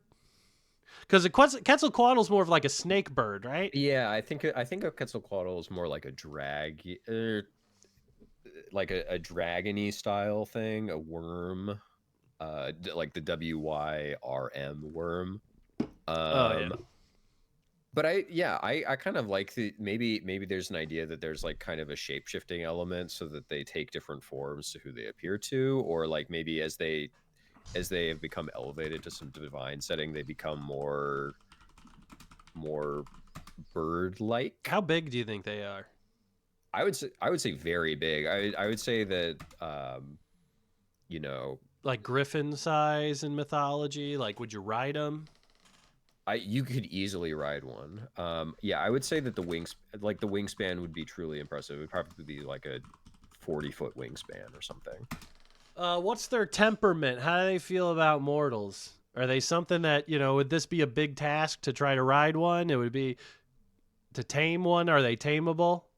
I would say, let's say that like there have been historical stories of them being tamed, but no one within living memory, like it like achieves a kind of a mythological status that anyone has tamed. Right. Okay. People talk about it happening, and they talk about maybe the people, like the people that have done it have like become so mad as to become, you'd have like, to be crazy to calm. do it. Yeah, Yeah. exactly. Again, I kind of like this idea of equilibrium where they are balancing like the madness, the strangeness, these elements like are in perfect equilibrium with each other, and that allows them to interact with the Thunderbird in a way that, like, normally, I guess if a mortal sees one, it's kind of aloof. It doesn't even like acknowledge them. They just kind of exist and pass through. But there are these mythologies about how people have interacted and, gained their trust or their confidence or something like that. Okay. All right. I think that's good for some of the air stuff. Let's go ahead and move on down to some of the madness stuff and talk a little bit about the madness. So we're going to talk about a cursed building, whether it's being something haunted, something whatever. Mm-hmm. This is the fucking craziest place on earth. This is the most cursed place. The most discombobulating place. It doesn't necessarily, I put building here, but it could be a cave, it could be whatever. All it has to be is a location, and it has to be a location that people can seek out if need be. Mm-hmm. Could be owned by a powerful noble family, doesn't necessarily have to be abandoned or anything like that, completely up to you. So what is the representation physically of madness on the mortal plane in terms of the building? What are you thinking? When I was reading this initially, the first thing that came to mind was like an Escher drawing, like the Escherian rooms of, staircases across all surfaces that like loop back on each other. And I think that it dovetails pretty well with like the time component too, where like it's a perpetual. It's shifting over time too? Yeah, I would say so. Like, it's shifting not like if you are standing still and looking at it, it's shifting in the sense that you can tell time is passing. Nothing changes until you are moving, and then things start to like alter their relationship with each other. All right, this place, what's it like? Is anyone there? Is there anybody who lives there? I kind of... Are we looking at like a mansion? Are we looking at like a barracks, a fort? What I was actually thinking was that it was kind of in a mountainous peak. Like, you enter a cave in a mountainous peak and it like you go down far enough, and it becomes what looks like a furnished villa of some sort. You know, like architecture that might be somewhat out of place in this time. Yeah. Kind of. You know, out of time, as it were. But I like the idea that it starts natural and becomes stranger and becomes like, you would think that something that has architecture would be more ordered than nature, but it in fact is more abstracted and confusing. Unnatural angles and all that. Yeah. If you go down far enough through this place and you're able to figure it out and kind of navigate to the bottom, you're able to enter the realm of madness. So this is going to be a plane of existence in the world. So this means it's going to be treated similar to how like the Shadowfell works, where that there's the material plane of the world, and kind of a layer underneath that is going to be this realm of madness that is a reflection of the material world. So things are going to take a different appearance. Things are going to behave differently. I think this is the third realm we have. I think we have like a Shadowfell, and I think this is the second one. So this is a reflection of the world. It's a realm of madness. It's a plane of existence where you have tremendous power. People can only really get here if they experience some sort of mental turmoil is the only way they can enter this place. What's it like? What are the rules of it? If somebody goes there, how did they get out of it? Now, it could be something where, you know, the realm of madness, we could play in the air and the time aesthetically. Yeah. That's kind of what I was thinking. I do like, you know, you say that the domain is madness, but it also includes mania and fury. Yeah. And I kind of like the idea that, you know, like those are the triumvirate of emotions that grant you power in this world. I'm having a hard time imagining like what a disordered world that still has time and air components to it. You know what? Actually, even if it's just could be like you know, it could be you get to the realm of madness. There's always 55-mile-an-hour winds. There's always little dust devils. There could be stuff like every time you change direction, the wind is still in your face. Yeah, you know what? Desert wind is always in your face is good. Yeah. I kind of like a shifting desert feels like the best representation of this. And it could be like constant midday, not in like the sun is just constantly directly overhead and there's no shade from it. It's not like unbearably hot temperature wise. It's just like consistently grating. I want it to be like a getting under your skin type of madness, not like an instantly driven mad sort of thing. So like the wind is constantly in your face, but not overwhelmingly powerful. The sand is irritating, but not blinding. The sun is always present, so it's hard to sleep, but it's not like burning your skin. I think that it should be something that can be born through or, you know, harnessed. Almost like maybe. it can test people a little bit. Yeah. Testing is a good way to describe it. And I think that, you know, it being a desert with shifting dunes and maybe like mirages working themselves in, it's kind of consistent with the other elements of this divinity. Somebody Sorry, can't I was handle. just Go thinking- for it. No, it's nothing. I was thinking like how you, me, and Charles were talking recently how funny hourglasses are. Oh yeah. And if this was the end of like an E1 scripted, it's like the person finds himself in a desert and they look around, they realize they're in a giant hourglass. Oh and yeah. Sinking below them. Oh god.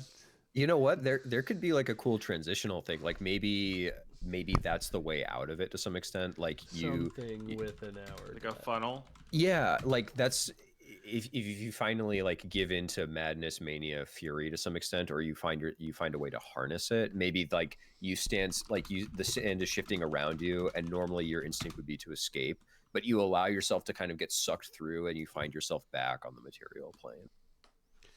Let's say somebody doesn't pass the test. They get to this plane of existence. They're like, it's fucking nuts here. And they lose their fucking mind.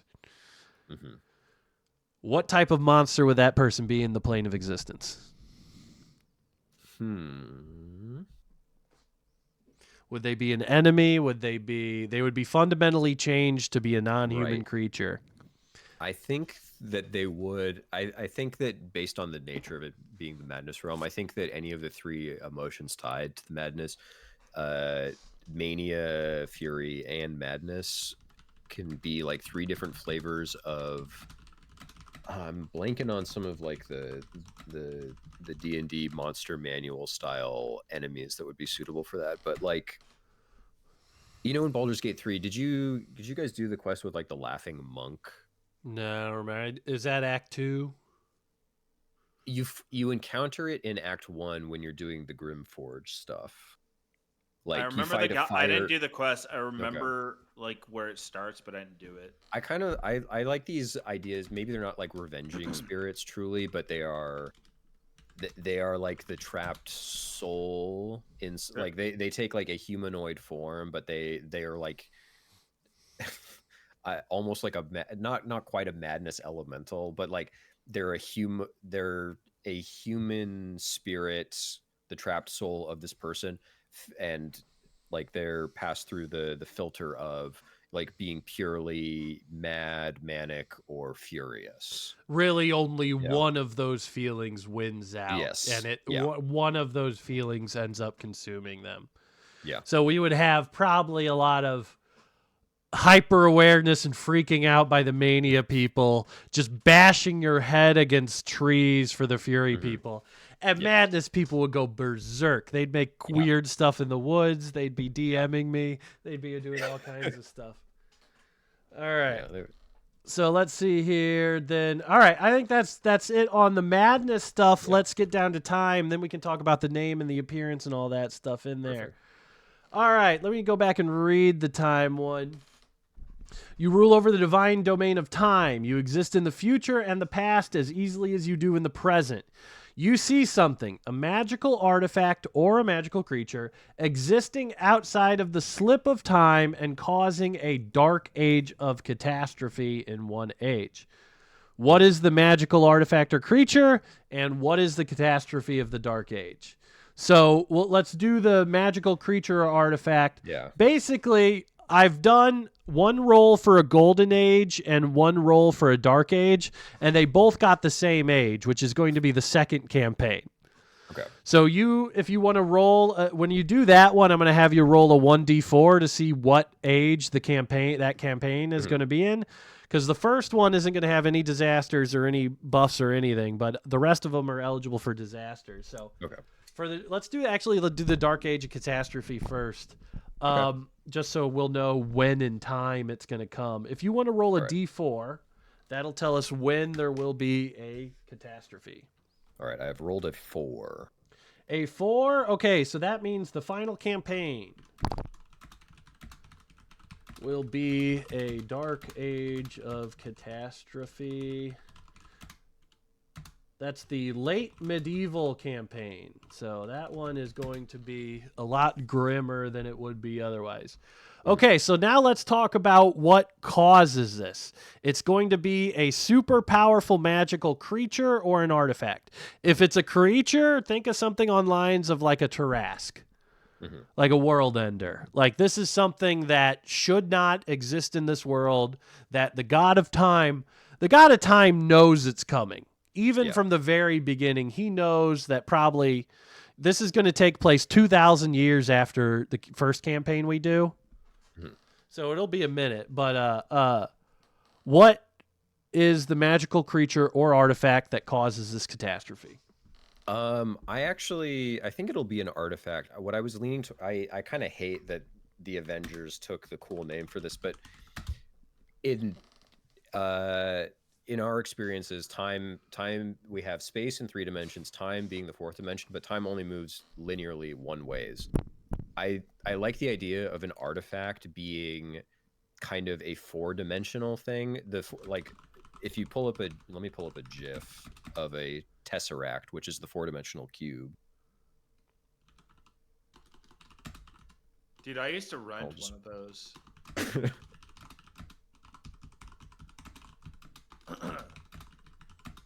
I hope you got a good deal on it. They're hard to find. Dude, my landlord was a fucking prick.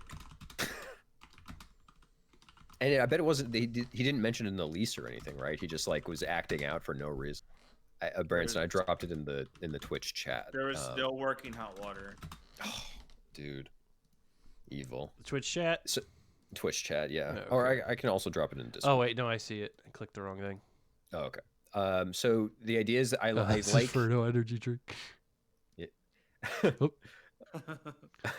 Oh yeah, I put it in the lab, like the chat where you put the docs. Oh, there we go. All right.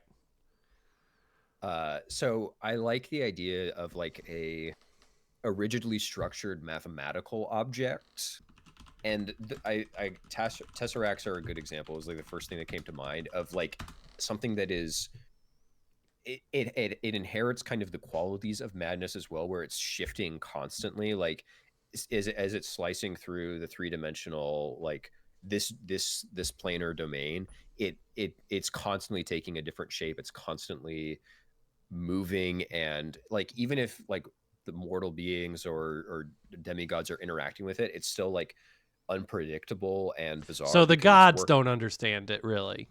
Yeah. How did he get his hands on this? I think it's kind of it also cosmically born. I think that this is also something that came from maybe like birth as a reaction to this god coming into existence, where it's like, okay, this perfect sphere of glass is born, and now you have this like sharp-edged, weird transforming thing forming on the opposite side of, well, you have something like, very line rigid model. and then some. It's almost like an object of order for how much fraying you have. Yes, yeah, exactly. So like your god understands like sacred geometry, and the others don't. Yes, I would say so. I'd say that like this is I'm the only one that has a familiarity with this sort of thing. In space-time physics, when you the idea of space-time being like a giant torus, a donut, essentially, the idea is that black holes have a reaction on the other side of the torus, which is a white hole. So you have like these two things that are formed simultaneously and opposite each other in this world. So I think that this tesseract style shape formed, exactly on opposite in the planar dimension of this god being born. So you have maybe we can even say, it's like this object may have also, you were created. Were you mad when you were created? Mad in like the madness. Yeah. Were you like, were you always a little crazy, or did something? John Madden. Yeah. Okay. You know what? Yes, I'm gonna say that like the coming into existence, like being dragged out of what would have been like perfect, like sacred geometry, like this not space-time, this kind of domain that like is ordered and makes sense and has like this beautiful not necessarily, I guess, regularity to it. And then like the madness domain is kind of like my like almost corruption, a tantrum, corruption or a tantrum that forms where it's just like I'm trying to get back, and maybe it's like the conflict that arises between this god and the tesseract is the maybe there's something there that can like resolve the tension of this madness. Do you even need to like protect the tesseract? Like nobody can even steal it from you, because it seems like it just kind of, you have a natural. Yes. Yeah, I would say that like we can throw it either into we can throw it into the madness plane. Branson, do you have a is there chaos as a possibility being something for a god in your system? Chaos is one of them. So, I was gonna say is because it sounds like the madness is almost a form of chaos as opposed to the order. Well, we have gods of order and chaos that haven't shown up. But also, I mean, some people might say that chaos is order. So I wouldn't say that. Personally, I would never say something like that, To say chaos is an order. The natural order of things is chaos. Let me tell you about the natural order of things. You got the number 1, and then you got the number 2, 3, 4, 5, 6, 7, 8, 9, 10. Zeke, is this correct? You're the mathematician. Yeah, that's Peano's axiom. And it even goes further on, 11, 12, 13, but we don't have to get into all that. Now listen to this. 2 is a prime number. Correct. 3 is a prime number. Correct. 5 is a prime number. Correct. So there you go, Branson. Okay. Think about that a little bit. 13's a prime number. Yeah, true. What And do you guys are got? good at What do you this. got, dude? Dude, what do you got? What do I have? What do you got? Give me a prime What's number, dude. A more remarkable prime number is 19. 19's a pretty good prime number. It's a good prime number, yeah. Yeah, I guess I don't really have anything better than. Is 31 a prime number? 31 is a prime number. All right, I'm back on top. Back on Yeah, top. I think that might be one of the biggest prime numbers there is. Peter Piper picked a peck of pickled peppers. A peck of pickled peppers Peter Piper picked. If Peter Red Piper leather, picked a peck of yellow. pickled She peppers, then where's the peck of peppers Peter Piper picked? Got your ass. All right. Do that. 31's a prime number. I already did that one, I guess. Yeah, but it's still true. That's still That's true. the nice thing about math. It generally does not change. Branson, how about It's true once and it's true again. What did 0 say to 8? Nice belt. There you go. I taught you that one. I know like you say that. a lot. Mhm. So It's the best joke. how does this Tesseract? Just give me a 1-sentence line of how it causes this dark age. Just even if you just say, "Well, the Tesseract got loose," that's good enough. Or the Tesseract had a mind of its own. We're gonna draw a whole campaign from it, probably. So it'll probably, I would say, whatever you say is true, but you can say as little or as much as you want. Okay, I think I'm going to say that the inciting incident here is a puncture. Something happened, something causes a break or puncture in it, and because it's of a higher dimensionality, whatever is inside causes this, like, begins or is the catalyst for this dark age.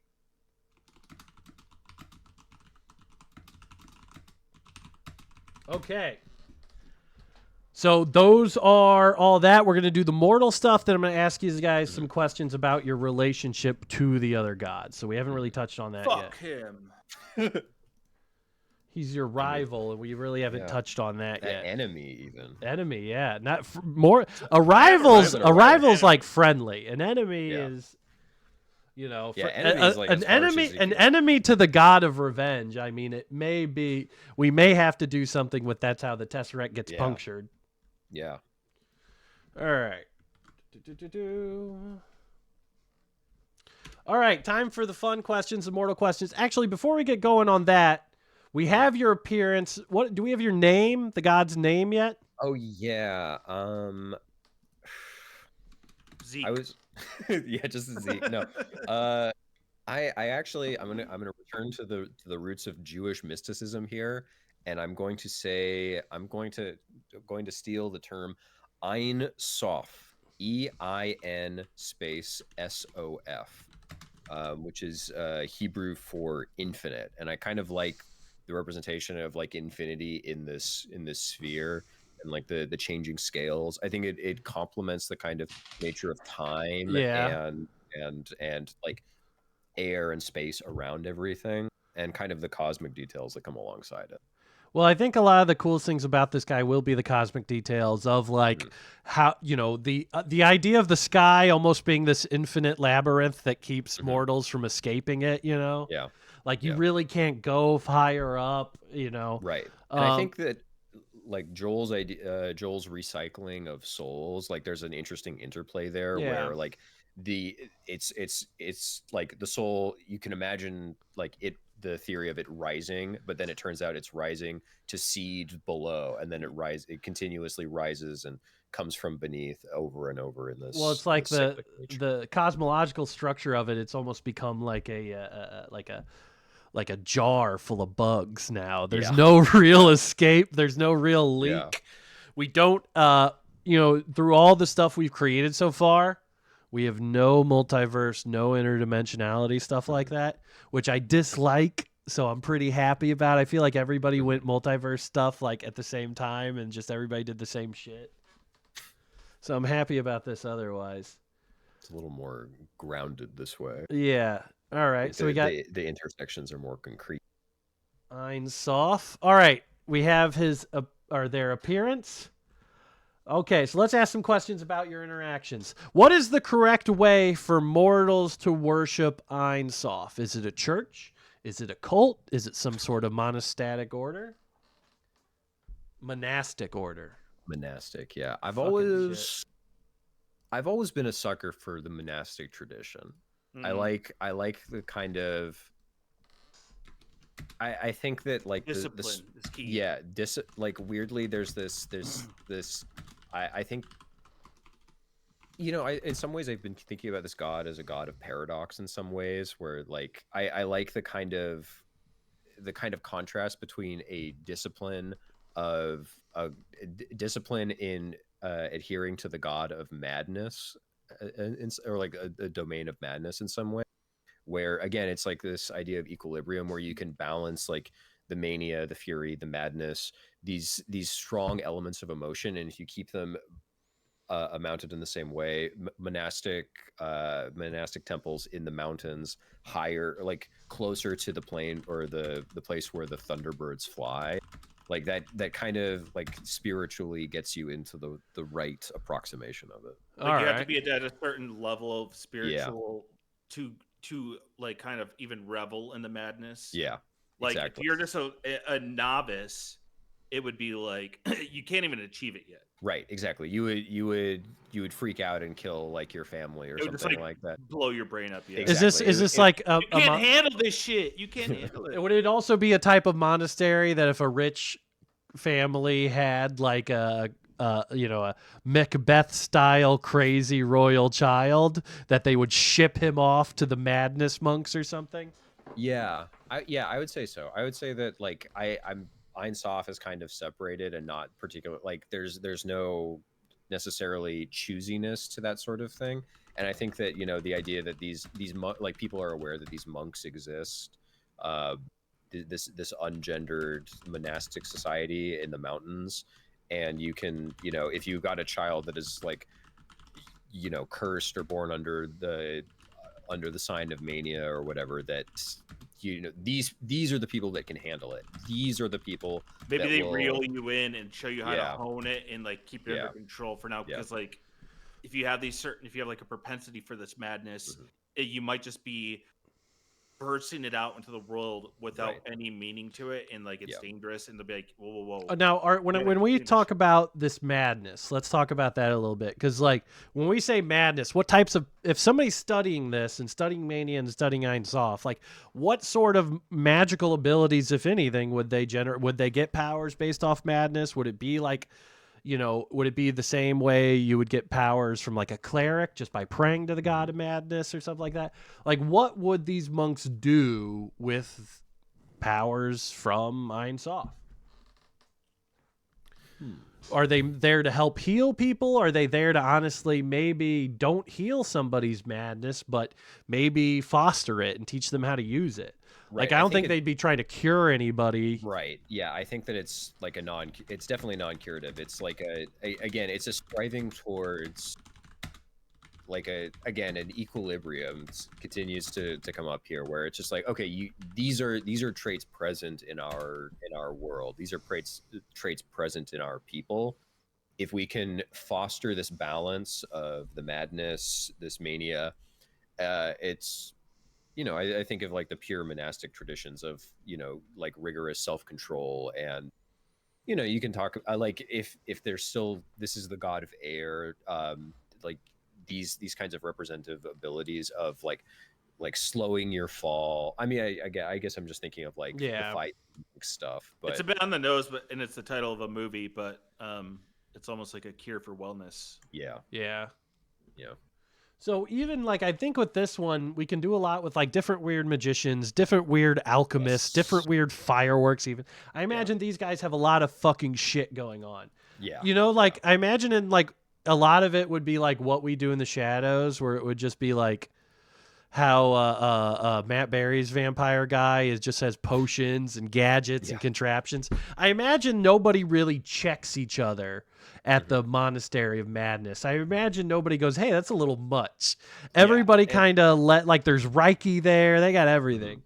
Yeah, it's non-selective, and I think that's valuable. That there's, it's inherently disordered, as it Yeah. were. It's like it's got to be like whoever actually is running the monastery. yeah. It's got to be like being like the principal of like a really shitty school. All of like the is this crunchy one hippie place? kids in the Bay Area. it's a monastery. What's that? You know those Montessori guys are. schools? Yeah. There's like Yeah. there's like cliques. Like those guys over there, they glue people together all day. They just glue. They just glue people. They're all glued together, just screaming. A lot of art students. Let's be honest. There'd be a good amount of art students here. They got Yeah, I Francis mean that's Bacon's one of originals like the on clear. the wall. Yeah, exactly. I imagine like the leader would be like a Hieronymus Bosch type. Mm-hmm. Any Hieronymus name Bosch, for this Francis place, or do you want to have multiple of these like kind of mountain monasteries, or would it be like a, I would say that they decentralized? Kind of crop up yeah, decentralized. It's kind of one of those things like there's an awareness and like obviously Ein Sof is kind of a presence, like can come down and interact with people. So like the people are aware of him in these different places, and so these are more like emergent phenomenon as needed. Where if like there's an outcropping of not to lean heavily on Elden Ring here, but like imagine like the frenzied flame stuff cropping up in a early agrarian town or a tribe or something. Like there's like suddenly an awareness of this necessity, and like that awareness births a monastery somewhere nearby. So it's kind of like organically created. This equalizing reaction to the needs as it comes up. How does Ein Sof interact with mortals? Does he like them? Does he hate them? I would say like leaning towards like, but more interested in like it's like ooh like seeing the way that these disordered people like interact with each other. Like this is so different than the plane that he comes from.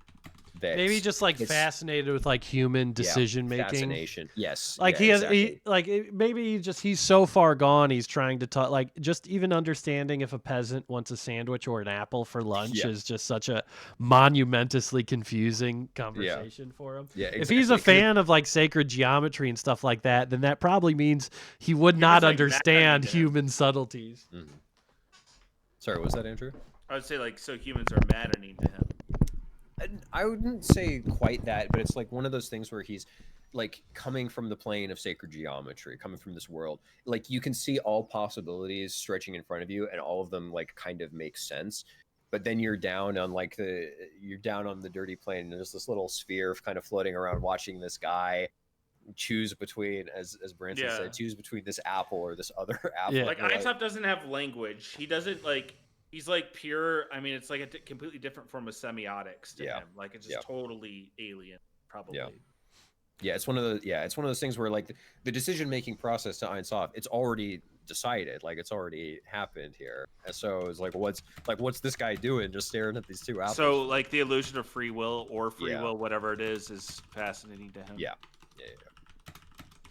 I really like the idea of just like the number one question he doesn't understand about humans is like, how do they decide what they're going to eat for lunch? It has to be like, if you're confounded with all the mysteries of the world, that becomes the one thing that's unknowable to you. That almost brings Ein Sof to like almost, I don't know, this sort of, I don't think whimsical is the right term, but it makes me find him sort of endearing. Yeah. Like endearing, not on purpose. Yeah. Like he doesn't like probably like do any. Well, everything he does is. He's like this curious alien. Yeah. He is an alien to others. What is the name and profession of your favorite mortal? Ooh. It's tempting to go with one of these monks. It's a little tempting, but I think that there's going to be something. Could be the craziest guy. Could be your best champion. The guy who conquered being crazy. Yeah, a guy who conquered being crazy. A guy with full-blown schizophrenia still walks around going, "Hello, how are you doing today? The weather's good." Just constantly clenched. Can I see the crop reports? He's looking at him, and there's like 7 people talking to him that no one else can. He's God's strongest soldier, and hello, how are you? It's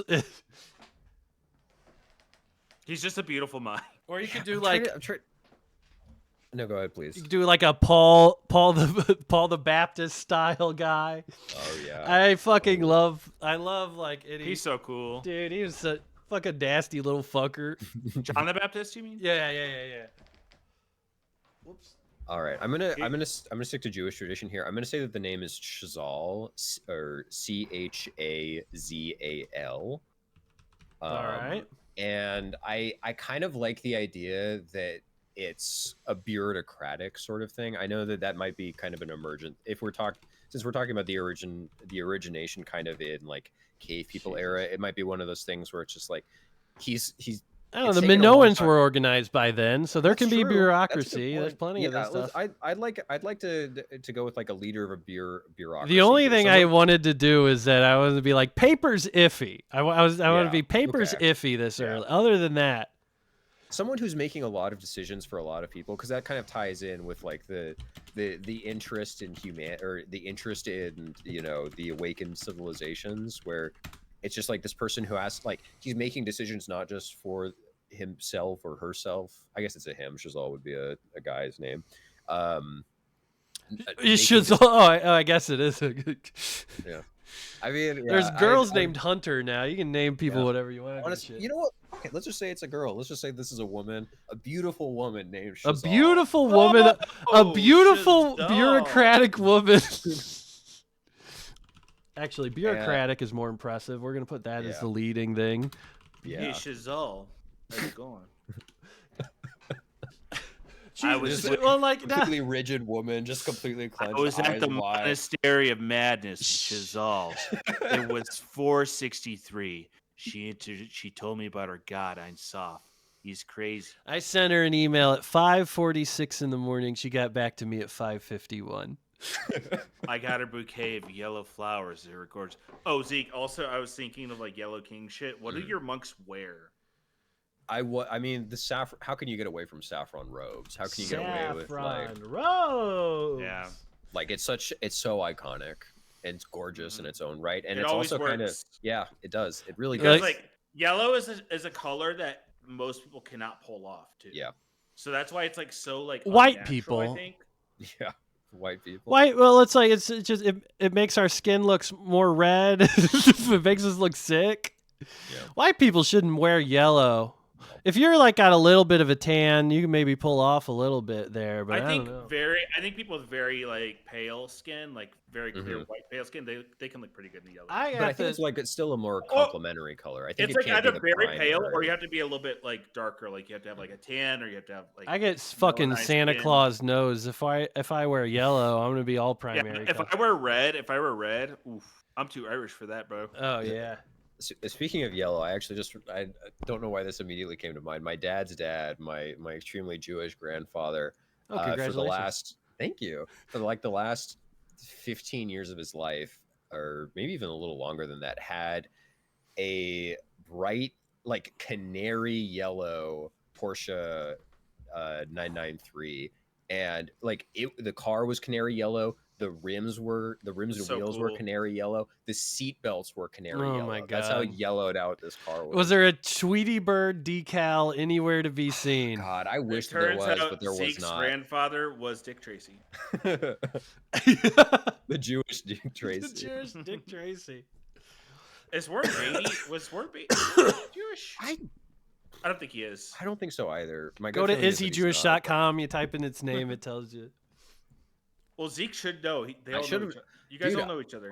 I mean, I've never seen him at one of the group meetups, like the dinners afterwards. So Actually, but some people you are busy. You Some people being just like a aren't there. generational LA native, like Yeah.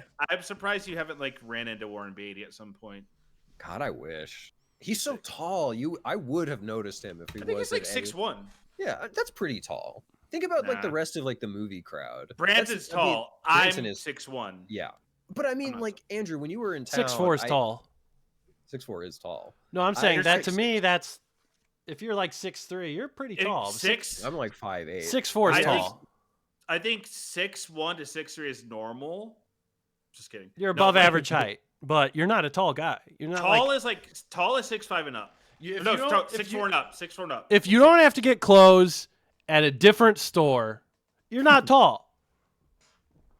Jake, If 5'8" you can go- 5'8" is normal, Jake. 5'8" is literally the most normal height in America. it I don't is. want to. There's 5'8", no 5'8" problem. goated. Like a 6'3" men experience no issues with leg room. With it, it's just Well, not CJ's the 6'3". same. I'm gonna tell him you said that.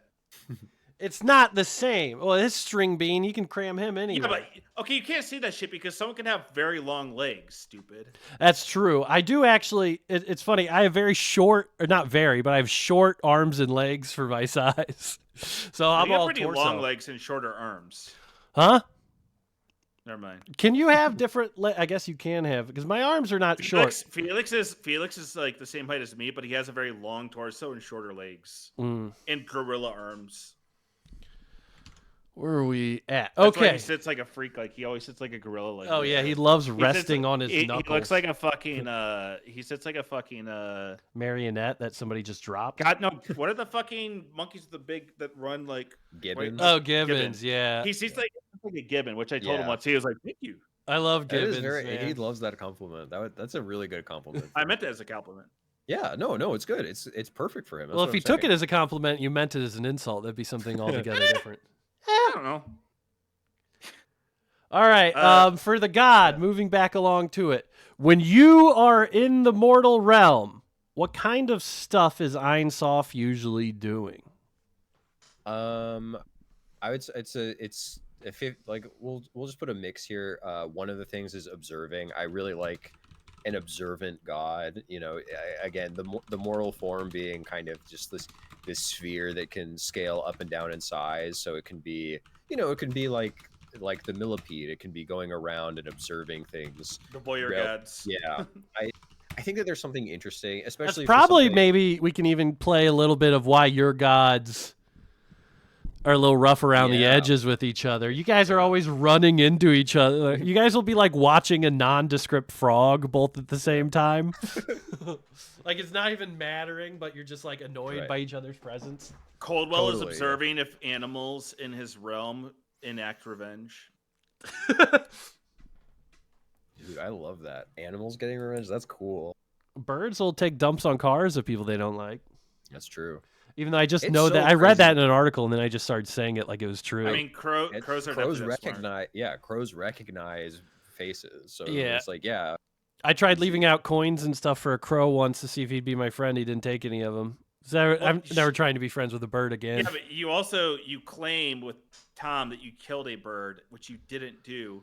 And if that's actually true, then why would any bird want to be friends with you? How would a bird in New Jersey know that I fucking killed a seagull in the You Outer don't know what Banks? birds are they capable of. They have travel a long telepathy. ways. Yeah, Birds have but telepathy. They I have a don't think a pretty crow would widespread fuck network. with a seagull. If anything, I think a crow would You don't like know it. that. No, You don't know that. it's good luck to kill a seabird. No, because they can work. They work with each other. No, it's good luck to kill a seabird. It's good You luck to s- kill a I- And a seabird. crow- Literally- a You go to crow- the lighthouse with me. They literally say it's bad luck to kill. I don't seabird. remember Again, that that's- part. I that's a remember nautical he part. killed the seabird, and they were like, That's a "Good, like a nautical thing that's been bounty. around We're for gonna get a lot. We're centuries. gonna catch a lot of fish this year." But that's what I'm saying, Andrew. It's in the nautical sense bad to kill a seabird. It's good to kill a land bird like a crow, in the same sense that for land people, killing the seabird is good. Good. Not killing a The land crow bird. will side with us over the I seagull. think if you killed a crow, you're fucked. Oh, I'm yeah. not gonna kill a crow. I would never kill a crow. A seagull's a dirty bird. It's an awful bird. It doesn't matter because you didn't kill one anyway. You're fucking lying. Okay. I guess I didn't jump up and touch its leg either.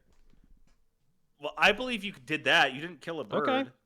Okay. You made up a story where you snapped its neck, you looked at Tom in the eye, and you said, "I just wanted you to know that I was capable of doing that." And You then never Tom did told that. a lot of people. I don't remember telling anybody, and apparently Tom told a bunch of people. I remember Tom when it talks a happened. lot, You guys though. were saying, "I didn't actually kill a bird, but we're telling people this." So I just don't kill it. remember that at all. No. I don't remember that have a good- happening at all. The steel. Moving along, sorry, Ein Sof. Go Just to go back to 10 for one quick second. I also think that there is a little bit of like over time, the observing can also become instigating, where it can be small stuff like causing you to misplace things around the home, like misplacing- instigating mortals or like mortals and animals. Because the last thing I remember is you talking to like Yeah, I actually just instigating in general. It can be animals too. I think that Plants. the animals are harder to instigate. It feels like it would be harder to. I like, think trick a the thing frog. about an infinite God is that you get sick of you tricking mortals and be like, Yeah, Are we discussing I'm gonna a give this relationship right now? camel a lemon. I'm gonna Not feed yet, this Andrew. camel a lemon. I'm gonna see what Right. it does when I feed it. Yeah. Like, just, That Yeah. video, I felt so bad for that camel man. man, I didn't feel bad for that camel, it's man. so funny, but I felt for. He looks at the guy like the fuck, dog. Dude, the funny thing is, like, imagine being fed a lemon by somebody. You just start running away from them. It's I'm just so out of funny it. 'cause, I'm like, away from you get- this. Their mouths have evolved to be able to eat cacti. Like they're that Yeah. badass, and then they eat their lemon like, oh no! Dude, fuck it. Do you honestly? What's an all like a video of real animal abuse that I find really funny is the alligator one with the shovel. Dude, Oh bonk. yeah. I'll never feel that bad for an alligator, but it's honestly the first No, they're real too hit. cool. They're too badass. You can't it's feel bad it's for the them. first hit of that shovel is like sonorous. It's beautiful. Bong! Like it's just right on You that could open fucking. a symphony For with that, that. Oh I my saw that. God. You guys were in Colorado last week. When I first saw that, I was like, Charles Branson, look at this, look at this.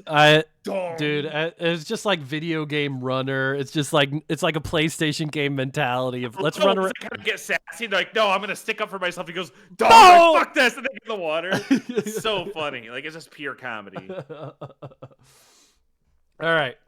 Okay, so instigating. Did I write that down? You did, Did I yeah. move to the next one? Okay. I like that. You're just like a little brother deity. Yeah. All right. Does your god, does Ein Sof, have fear or hope? Do you strive for anything, and what do you want out of the world?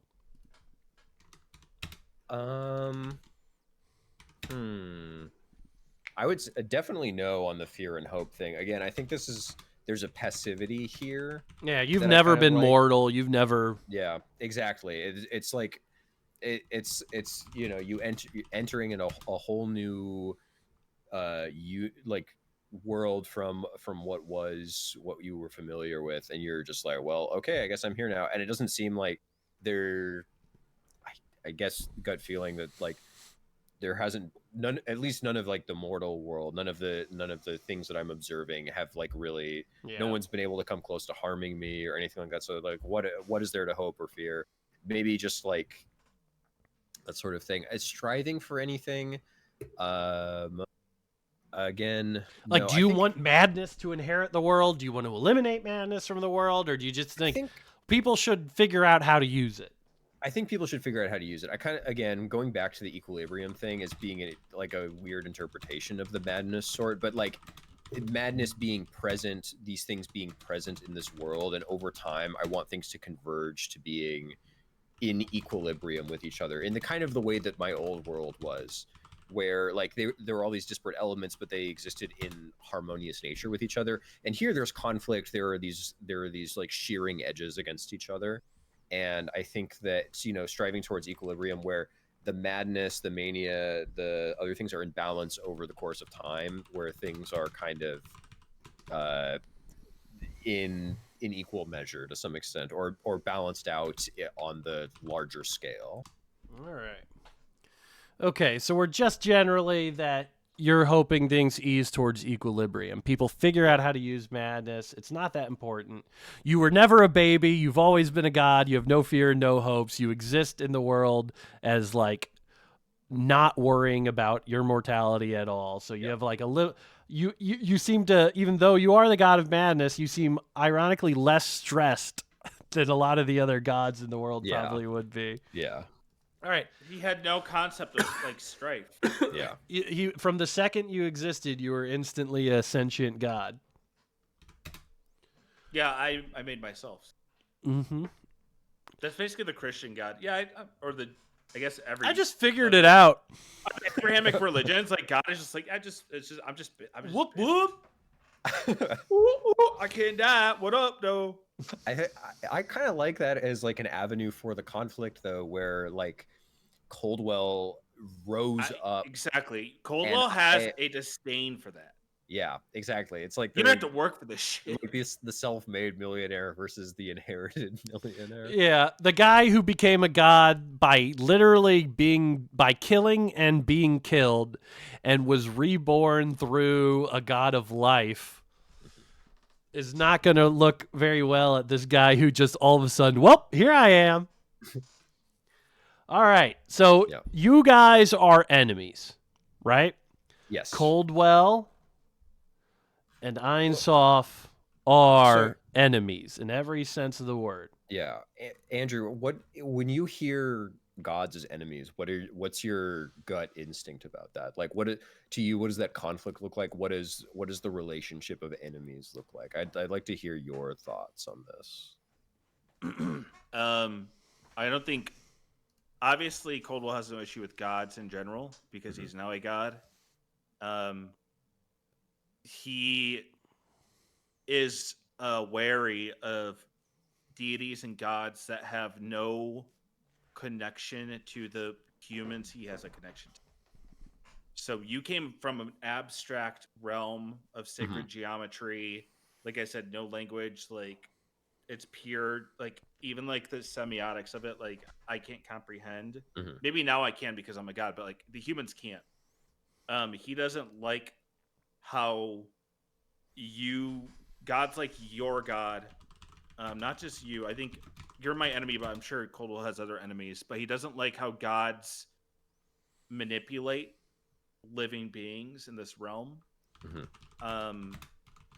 He doesn't think they have you have no place here. You have no right to be messing with anything. If you're just observing and that's it, I think that's okay. But I think he suspects Ein Sof of being more influential. Yeah, I think like as he sees the monasteries arising and stuff like that. I think that.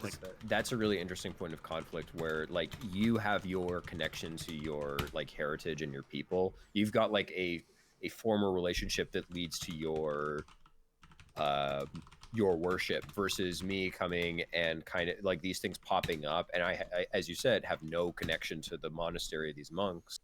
But I see it as like, yeah, you're right, a creeping influence of me over the world. Maybe like you also have an awareness of my personal planar presence, or like the kind of Escher-esque cave in the mountains. The time like, stuff, I'm not a fan of the time stuff. Right. You again, another thing where you don't trust it because like what's stopping me from going back and changing like the way that someone's revenge. Yeah.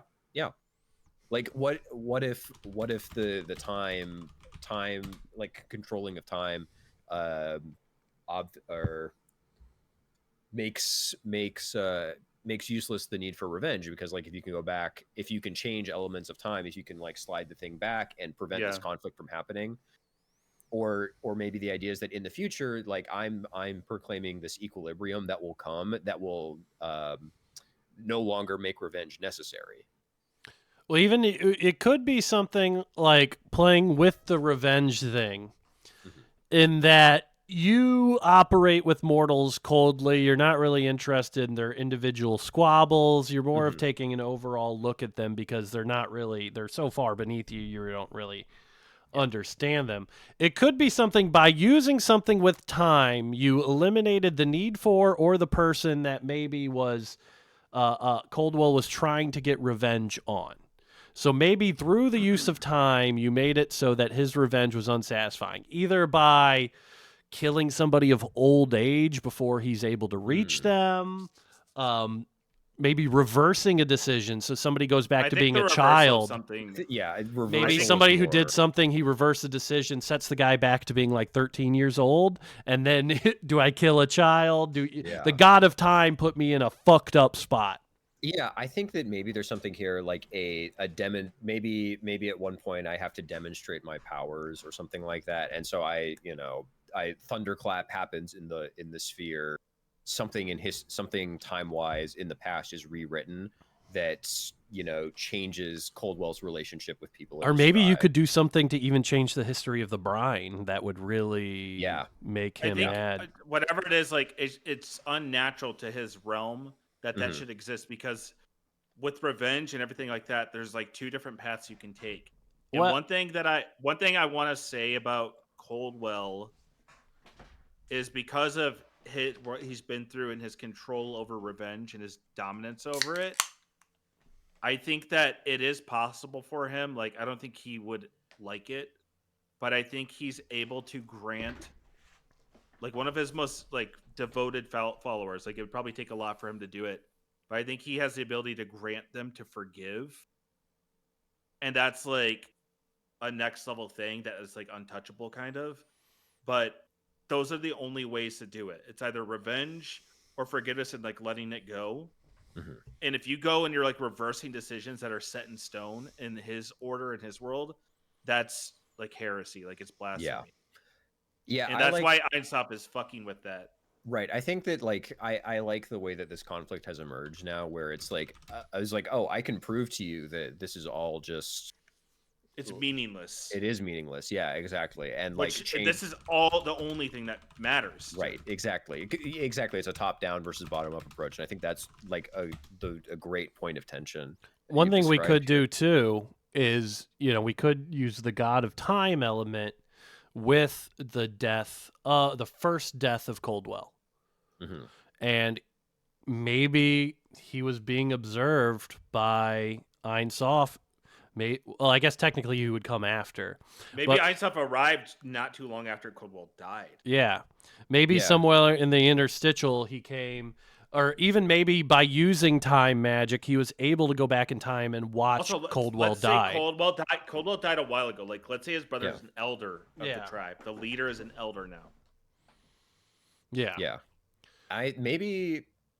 Would you be open, Andrew, if like Ein Sof like on a deity level took like is like this argument arises between Coldwell and Ein Sof, and Ein Sof uses like the time powers to pull him back to observe like the moment of revenge, or like observe the greater meaninglessness of this conflict. Maybe they had some sort of wager between them.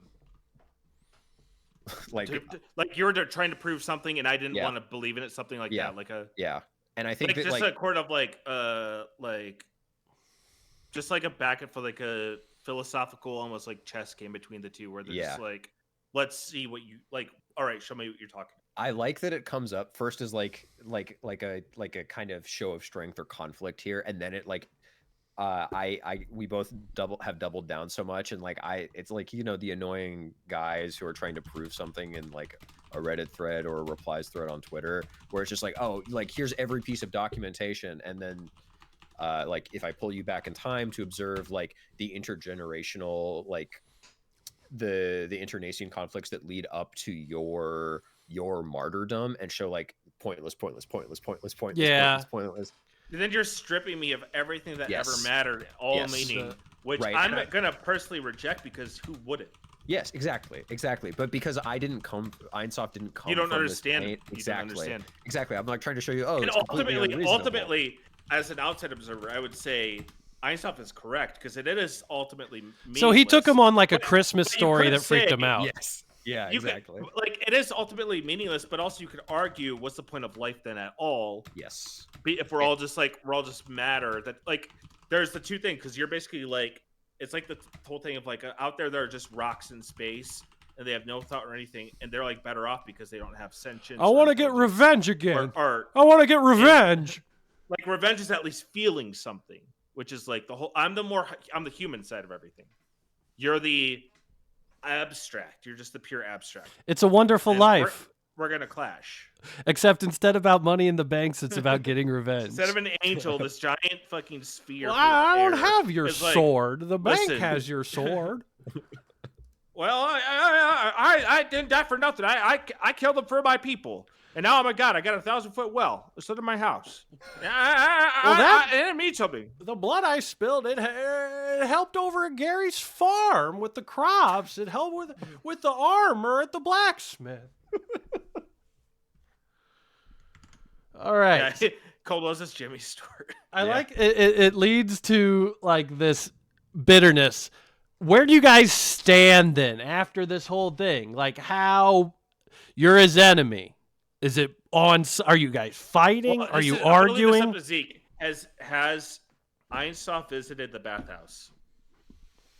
I'm gonna say no. I'm gonna say I have okay. not visited the bathhouse. Not yet. Not yet. I think there's like an interesting development to be had there, but it's just again. He's the god like, of time. Does he say if he's ever gonna go? The god of plays that time. close to the One chest. day I will visit. I kind of like the idea that like he knows that at one point he will break. Like it'll happen. He either breaks down or he He's doesn't. gonna love it there. He won't admit it. I think that one of like the barriers that's up though is again this difference between coming up versus arriving, where like the bathhouse is a familiarity, and like certainly Ein Sof has seen seen like bathing and tile, like seen the way the mortals behave. In He's these watched worlds, people and, bathe. yeah, exactly. He's hanging out there. He There's a little said- stairs up in the corner of the Surreal bathroom, creep. just watching. Just this bobble up there. Yeah. Like, what's going on? You're talking mad shit, and there's a millipede in the sink. Yeah, you watching guys the are same the thing. both watch. You guys have the same hobby. You're gods that are The enemies, but millipede you is have the more same natural. hobby. A foot-long millipede is more natural. It's just hanging out, eating That's true. bugs.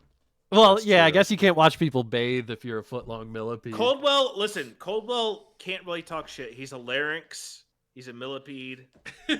You know. He's a goth guy in a skirt sometime. Mm-hmm. So like I think that it's like the conflict has led to this disdaining of the bathhouse.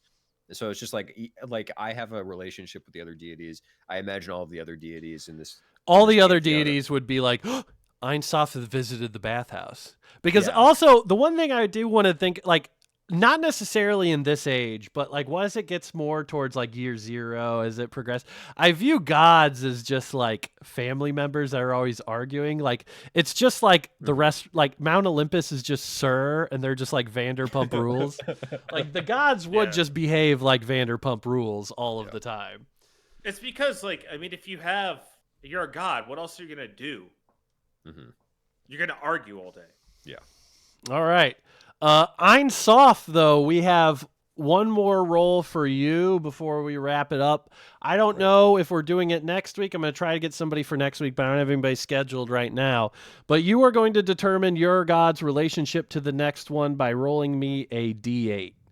All right, I've got it in hand here, and 3. 3. We've already done best friend if you want to re-roll All right. that, or if Yes, you I want to will pick a happily- new one. No, I'll just re-roll until we get something that's. I've new already and done unique. rival too. 4. 4 is partner. So whoever your Ooh, that's significant other will be is you Ein have Sof has a girlfriend. or Ein a Sof husband? has a girlfriend or a husband. I'm excited to see how In that one some shakes out. form. Maybe. I hope that they're like, my god is Or not we people. could even I put partner because I also imagine more of like the Zeus stuff, Zeus and Athena Hera. weren't that, Hera weren't that in love all the time, so It we're was not like a doing. business. It's like we're together, but he's got his concubine. If there is a guy who doesn't know what marriage is, he would probably agree to it almost immediately. So I think we Yeah. can fix that in. Oh yeah, I think there's a lot of flexibility. with Yeah. Ein Sof Gulagians as in written. the. Did you get the alignments? No, let me grab that one real quick here. Do that one. The last one is. Oh, so you said next up will be a partner to Ein Sof. All right, so we're gonna have that set up, and then I'm sorry. What was the last thing that you were saying, Andrew? Oh, morality. All right, so I'm letting people pick the morality. However, out of the 9 combos, if you've already picked one, it's gone. So the ones that have been taken so far is first of up, Joel's Murtu is a neutral good god, and then Zoth is a chaotic neutral god. So Andrew, you went first. I'll throw it to you first. Coldwell is a what god? I could just pick. Yeah, except chaotic neutral and except neutral good, because those have already been picked. So you can do true neutral. You can do any lawful. You want me to give you like the morality thing? Basically, lawful good, Yeah. lawful neutral, lawful evil, chaotic evil. Wait, no, that's not how it goes. Let me just pull it up. No, I'm just gonna say Coldwell is lawful neutral. Lawful because neutral. he does follow he follows his own law Yeah, not necessarily. It's hard to be a good god of revenge.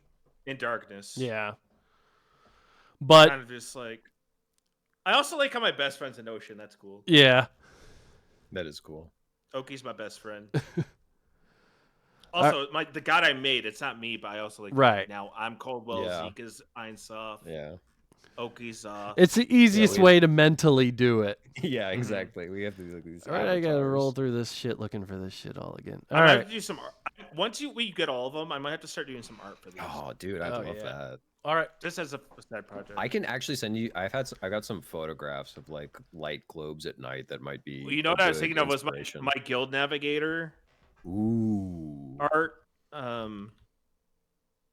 That's what I was thinking when I first brought up Ein Sof. Hold on, I'll link it in chat. What morality are you thinking for Ein Sof?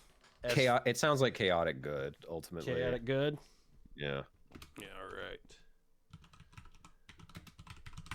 All right. So we got some stuff. We don't got anybody evil yet. So backline's going to be filled with plenty of direct evil. For having nobody evil, we sure have a lot of conflict already without anyone being overtly evil. So I'm excited to how that stuff goes because, we have a lot of weird combinations coming up. If I look at the main ones that are left, it should be 4 out of 8 are done now. So I feel like I wanted to let someone else go for the evil stuff. So what do we have available? We got fire left. Ooh. Fire thinks what's at the center of the earth, what happens if you keep going down. We got fire, earth. Earth gets to design a species, so that's a fun one. They also get to design the Underdark, and if there is an Underdark, and if so, what does that look like? Light gets to determine the sun, what the sun looks like, all the facts. If we want to do like a 2 sun, if we want to do all that stuff. Sunglasses, 2 scoops of raisins. Oh, yeah. What else do we get? Arcane's the one I'm most curious about, but those are the big ones. That could go anywhere. I'm really excited to see how Arcane shakes out. I didn't want to use my repick on it, but that was one that I was really thinking I wanted to land on because I really again, I was planning to draw from the same well of this sacred geometry structuring and kind of a mathematical basis for the weave, which I think is really a fun, not really a novel interpretation. I know I've seen other stuff that's like that, but it's kind of rare to see. Yeah, a lot of people don't put a lot of thought into magic now, and they're just you cast a spell, and it's I think it's cosmologically, it's very interesting to understand how you can even try to explain that. Magic could go anywhere with in Lynch and Twin Peaks, they're all FBI agents. Yeah. Those are all magicians, basically. Yeah. That shit is sick. They have it's a totally different take on the arcane, and Lynch's take on it is so cool. I also like that again, if a bunch of evil deities are left in terms of alignment, a lot of the elemental domains that are left are not traditionally thought of as the evil ones. Evil so god much. of love, the evil god of the hearth. What kind of the evil god of the is hearth would be crazy. Marie Kondo, it would be The Property Brothers. The Property so Brothers cool. is twin developer housing gods would be a fucking nightmare. That'd be great. God, that'd be Man, good. I want to make more gods. I do like if anybody gets the god of seasons, you get to design 3 different demigods for every season. So Also, even though Zeke is my enemy, I like how neither of us are evil. So there's always potentiality of pantheons coming together to work on something. yeah. Because that shit always happened. Fuck that guy, but we got to work on this. Yeah, I like exactly. that there could be collaborations. It's very anime where they team up. Yeah. There's But interesting. we'll see. I think there's a lot of interesting conflict here because I think that we positioned it well. That it's not a good versus evil thing. This is a more of a philosophical disagreement than anything else that arises out of all of these things. So yeah, I think it's there's a lot of cool opportunity for development. And the one thing I'm surprised about, we've already hit all of the stuff that creates more player races. We've already hit a lot of the stuff that we've already gotten a good amount of holy orders and stuff like that in there too. Dude, so I want someone to make a follower of fucking Coldwell. Some actually, little they're shitty peasant that wears just all black. And he's I'm a farmhand, and I want to get revenge. let's see here. Yeah, the only last one to create a humanoid race is the Holy Land domain, where you basically get to create your own utopia, your own little divine realm that's small on Earth, like a fountain of life or something like that. But other than that, a lot of the other ones are a lot more like vague and a lot more stuff. We have a lot of evil ones though. We have suffering, we got undeath, we got a lot of like overtly evil shit that could be in the works though. But thank you guys for making those up today. We got Gods 3 and 4 done. Do you could do a quick rundown of Yeah, them? let's do a quick recap real quick here. Start with Andrew's guy, Coldwell. Soul god, originally a martyr in their realm, died for revenge. People of the realm exalted them, canonized them like a saint, a sort of agrarian society where their people were being slaughtered. There were huge celebrations after your revenge, started in kind of fringe worship, but they believed in you so much that Coldwell emerged as a god of darkness, revenge, and revelry. Kind of have two forms. One's a disembodied larynx. The other is a youngish sort of field worker. You have a blessed relative, your elder brother, that you kind of help guide the brine people. Younger brother, I'm sorry. You know an ancient secret about the world that you haven't told anybody. You have your legendary black pitchfork. You have your rival, Estrio, the god of knowledge and trade, who's just on a crusade to get your secrets. You have a plane of existence, the bathhouse, that is the gathering point for all gods. As socially, you're kind of a big guy there. And you are friends with the ocean Zoth, who helped facilitate your ascension into godhood. And then that leads us to Ein Sof, whose appearance is out of a form of an orb that can scale up or down. He is a wild god created from a meteorite that split the sky, landed almost supernaturally, not cataclysmic, almost just kind of landed on the ground easily. I wrote totally vaginal shaped glass orb absorbs the clouds around it, taking control of it inside the orb. I'm sure that's close enough. Yeah, that's close enough. Dragged out of a domain of sacred geometry. Yeah. Madness is the tantrum that forms from wanting to go back there. Yes, perfect. Can I just add to the appearance that it's an orb and it can include weather in the orb? I think that's like an important thing because I think that's like something that reflects the human. It would show his emotion. It would react probably as you're talking to him. Yeah. All right, When so it's mad, it turns red. the higher you go into the sky turns almost into this labyrinth of dimensionality where there's almost clouds you can't get through, and you fly to a location to only have been there before, and maybe you just think you're about to get to the kingdom and you emerge like 100 feet off the air. There seems to be something keeping people from going up. The only thing that really knows how to is the Thunderbirds. You also are familiar with an important building that leads to your realm of madness. There's an Escher drawing in a mansion, stairs going everywhere. You enter a cave in a mountainous peak, and it becomes a furnished villa deep underground. The further down you go, the more disordered and chaotic it gets, and you emerge in the realm of madness, where the only way out is through. You have to kind of submit to the madness in order to get spit back out to the mortal realm. Magical artifact that reflects time is a tesseract that can allow time to move in more than one dimension, a 3D view of time. It is a rigidly structured mathematical object. The gods have no idea how it works.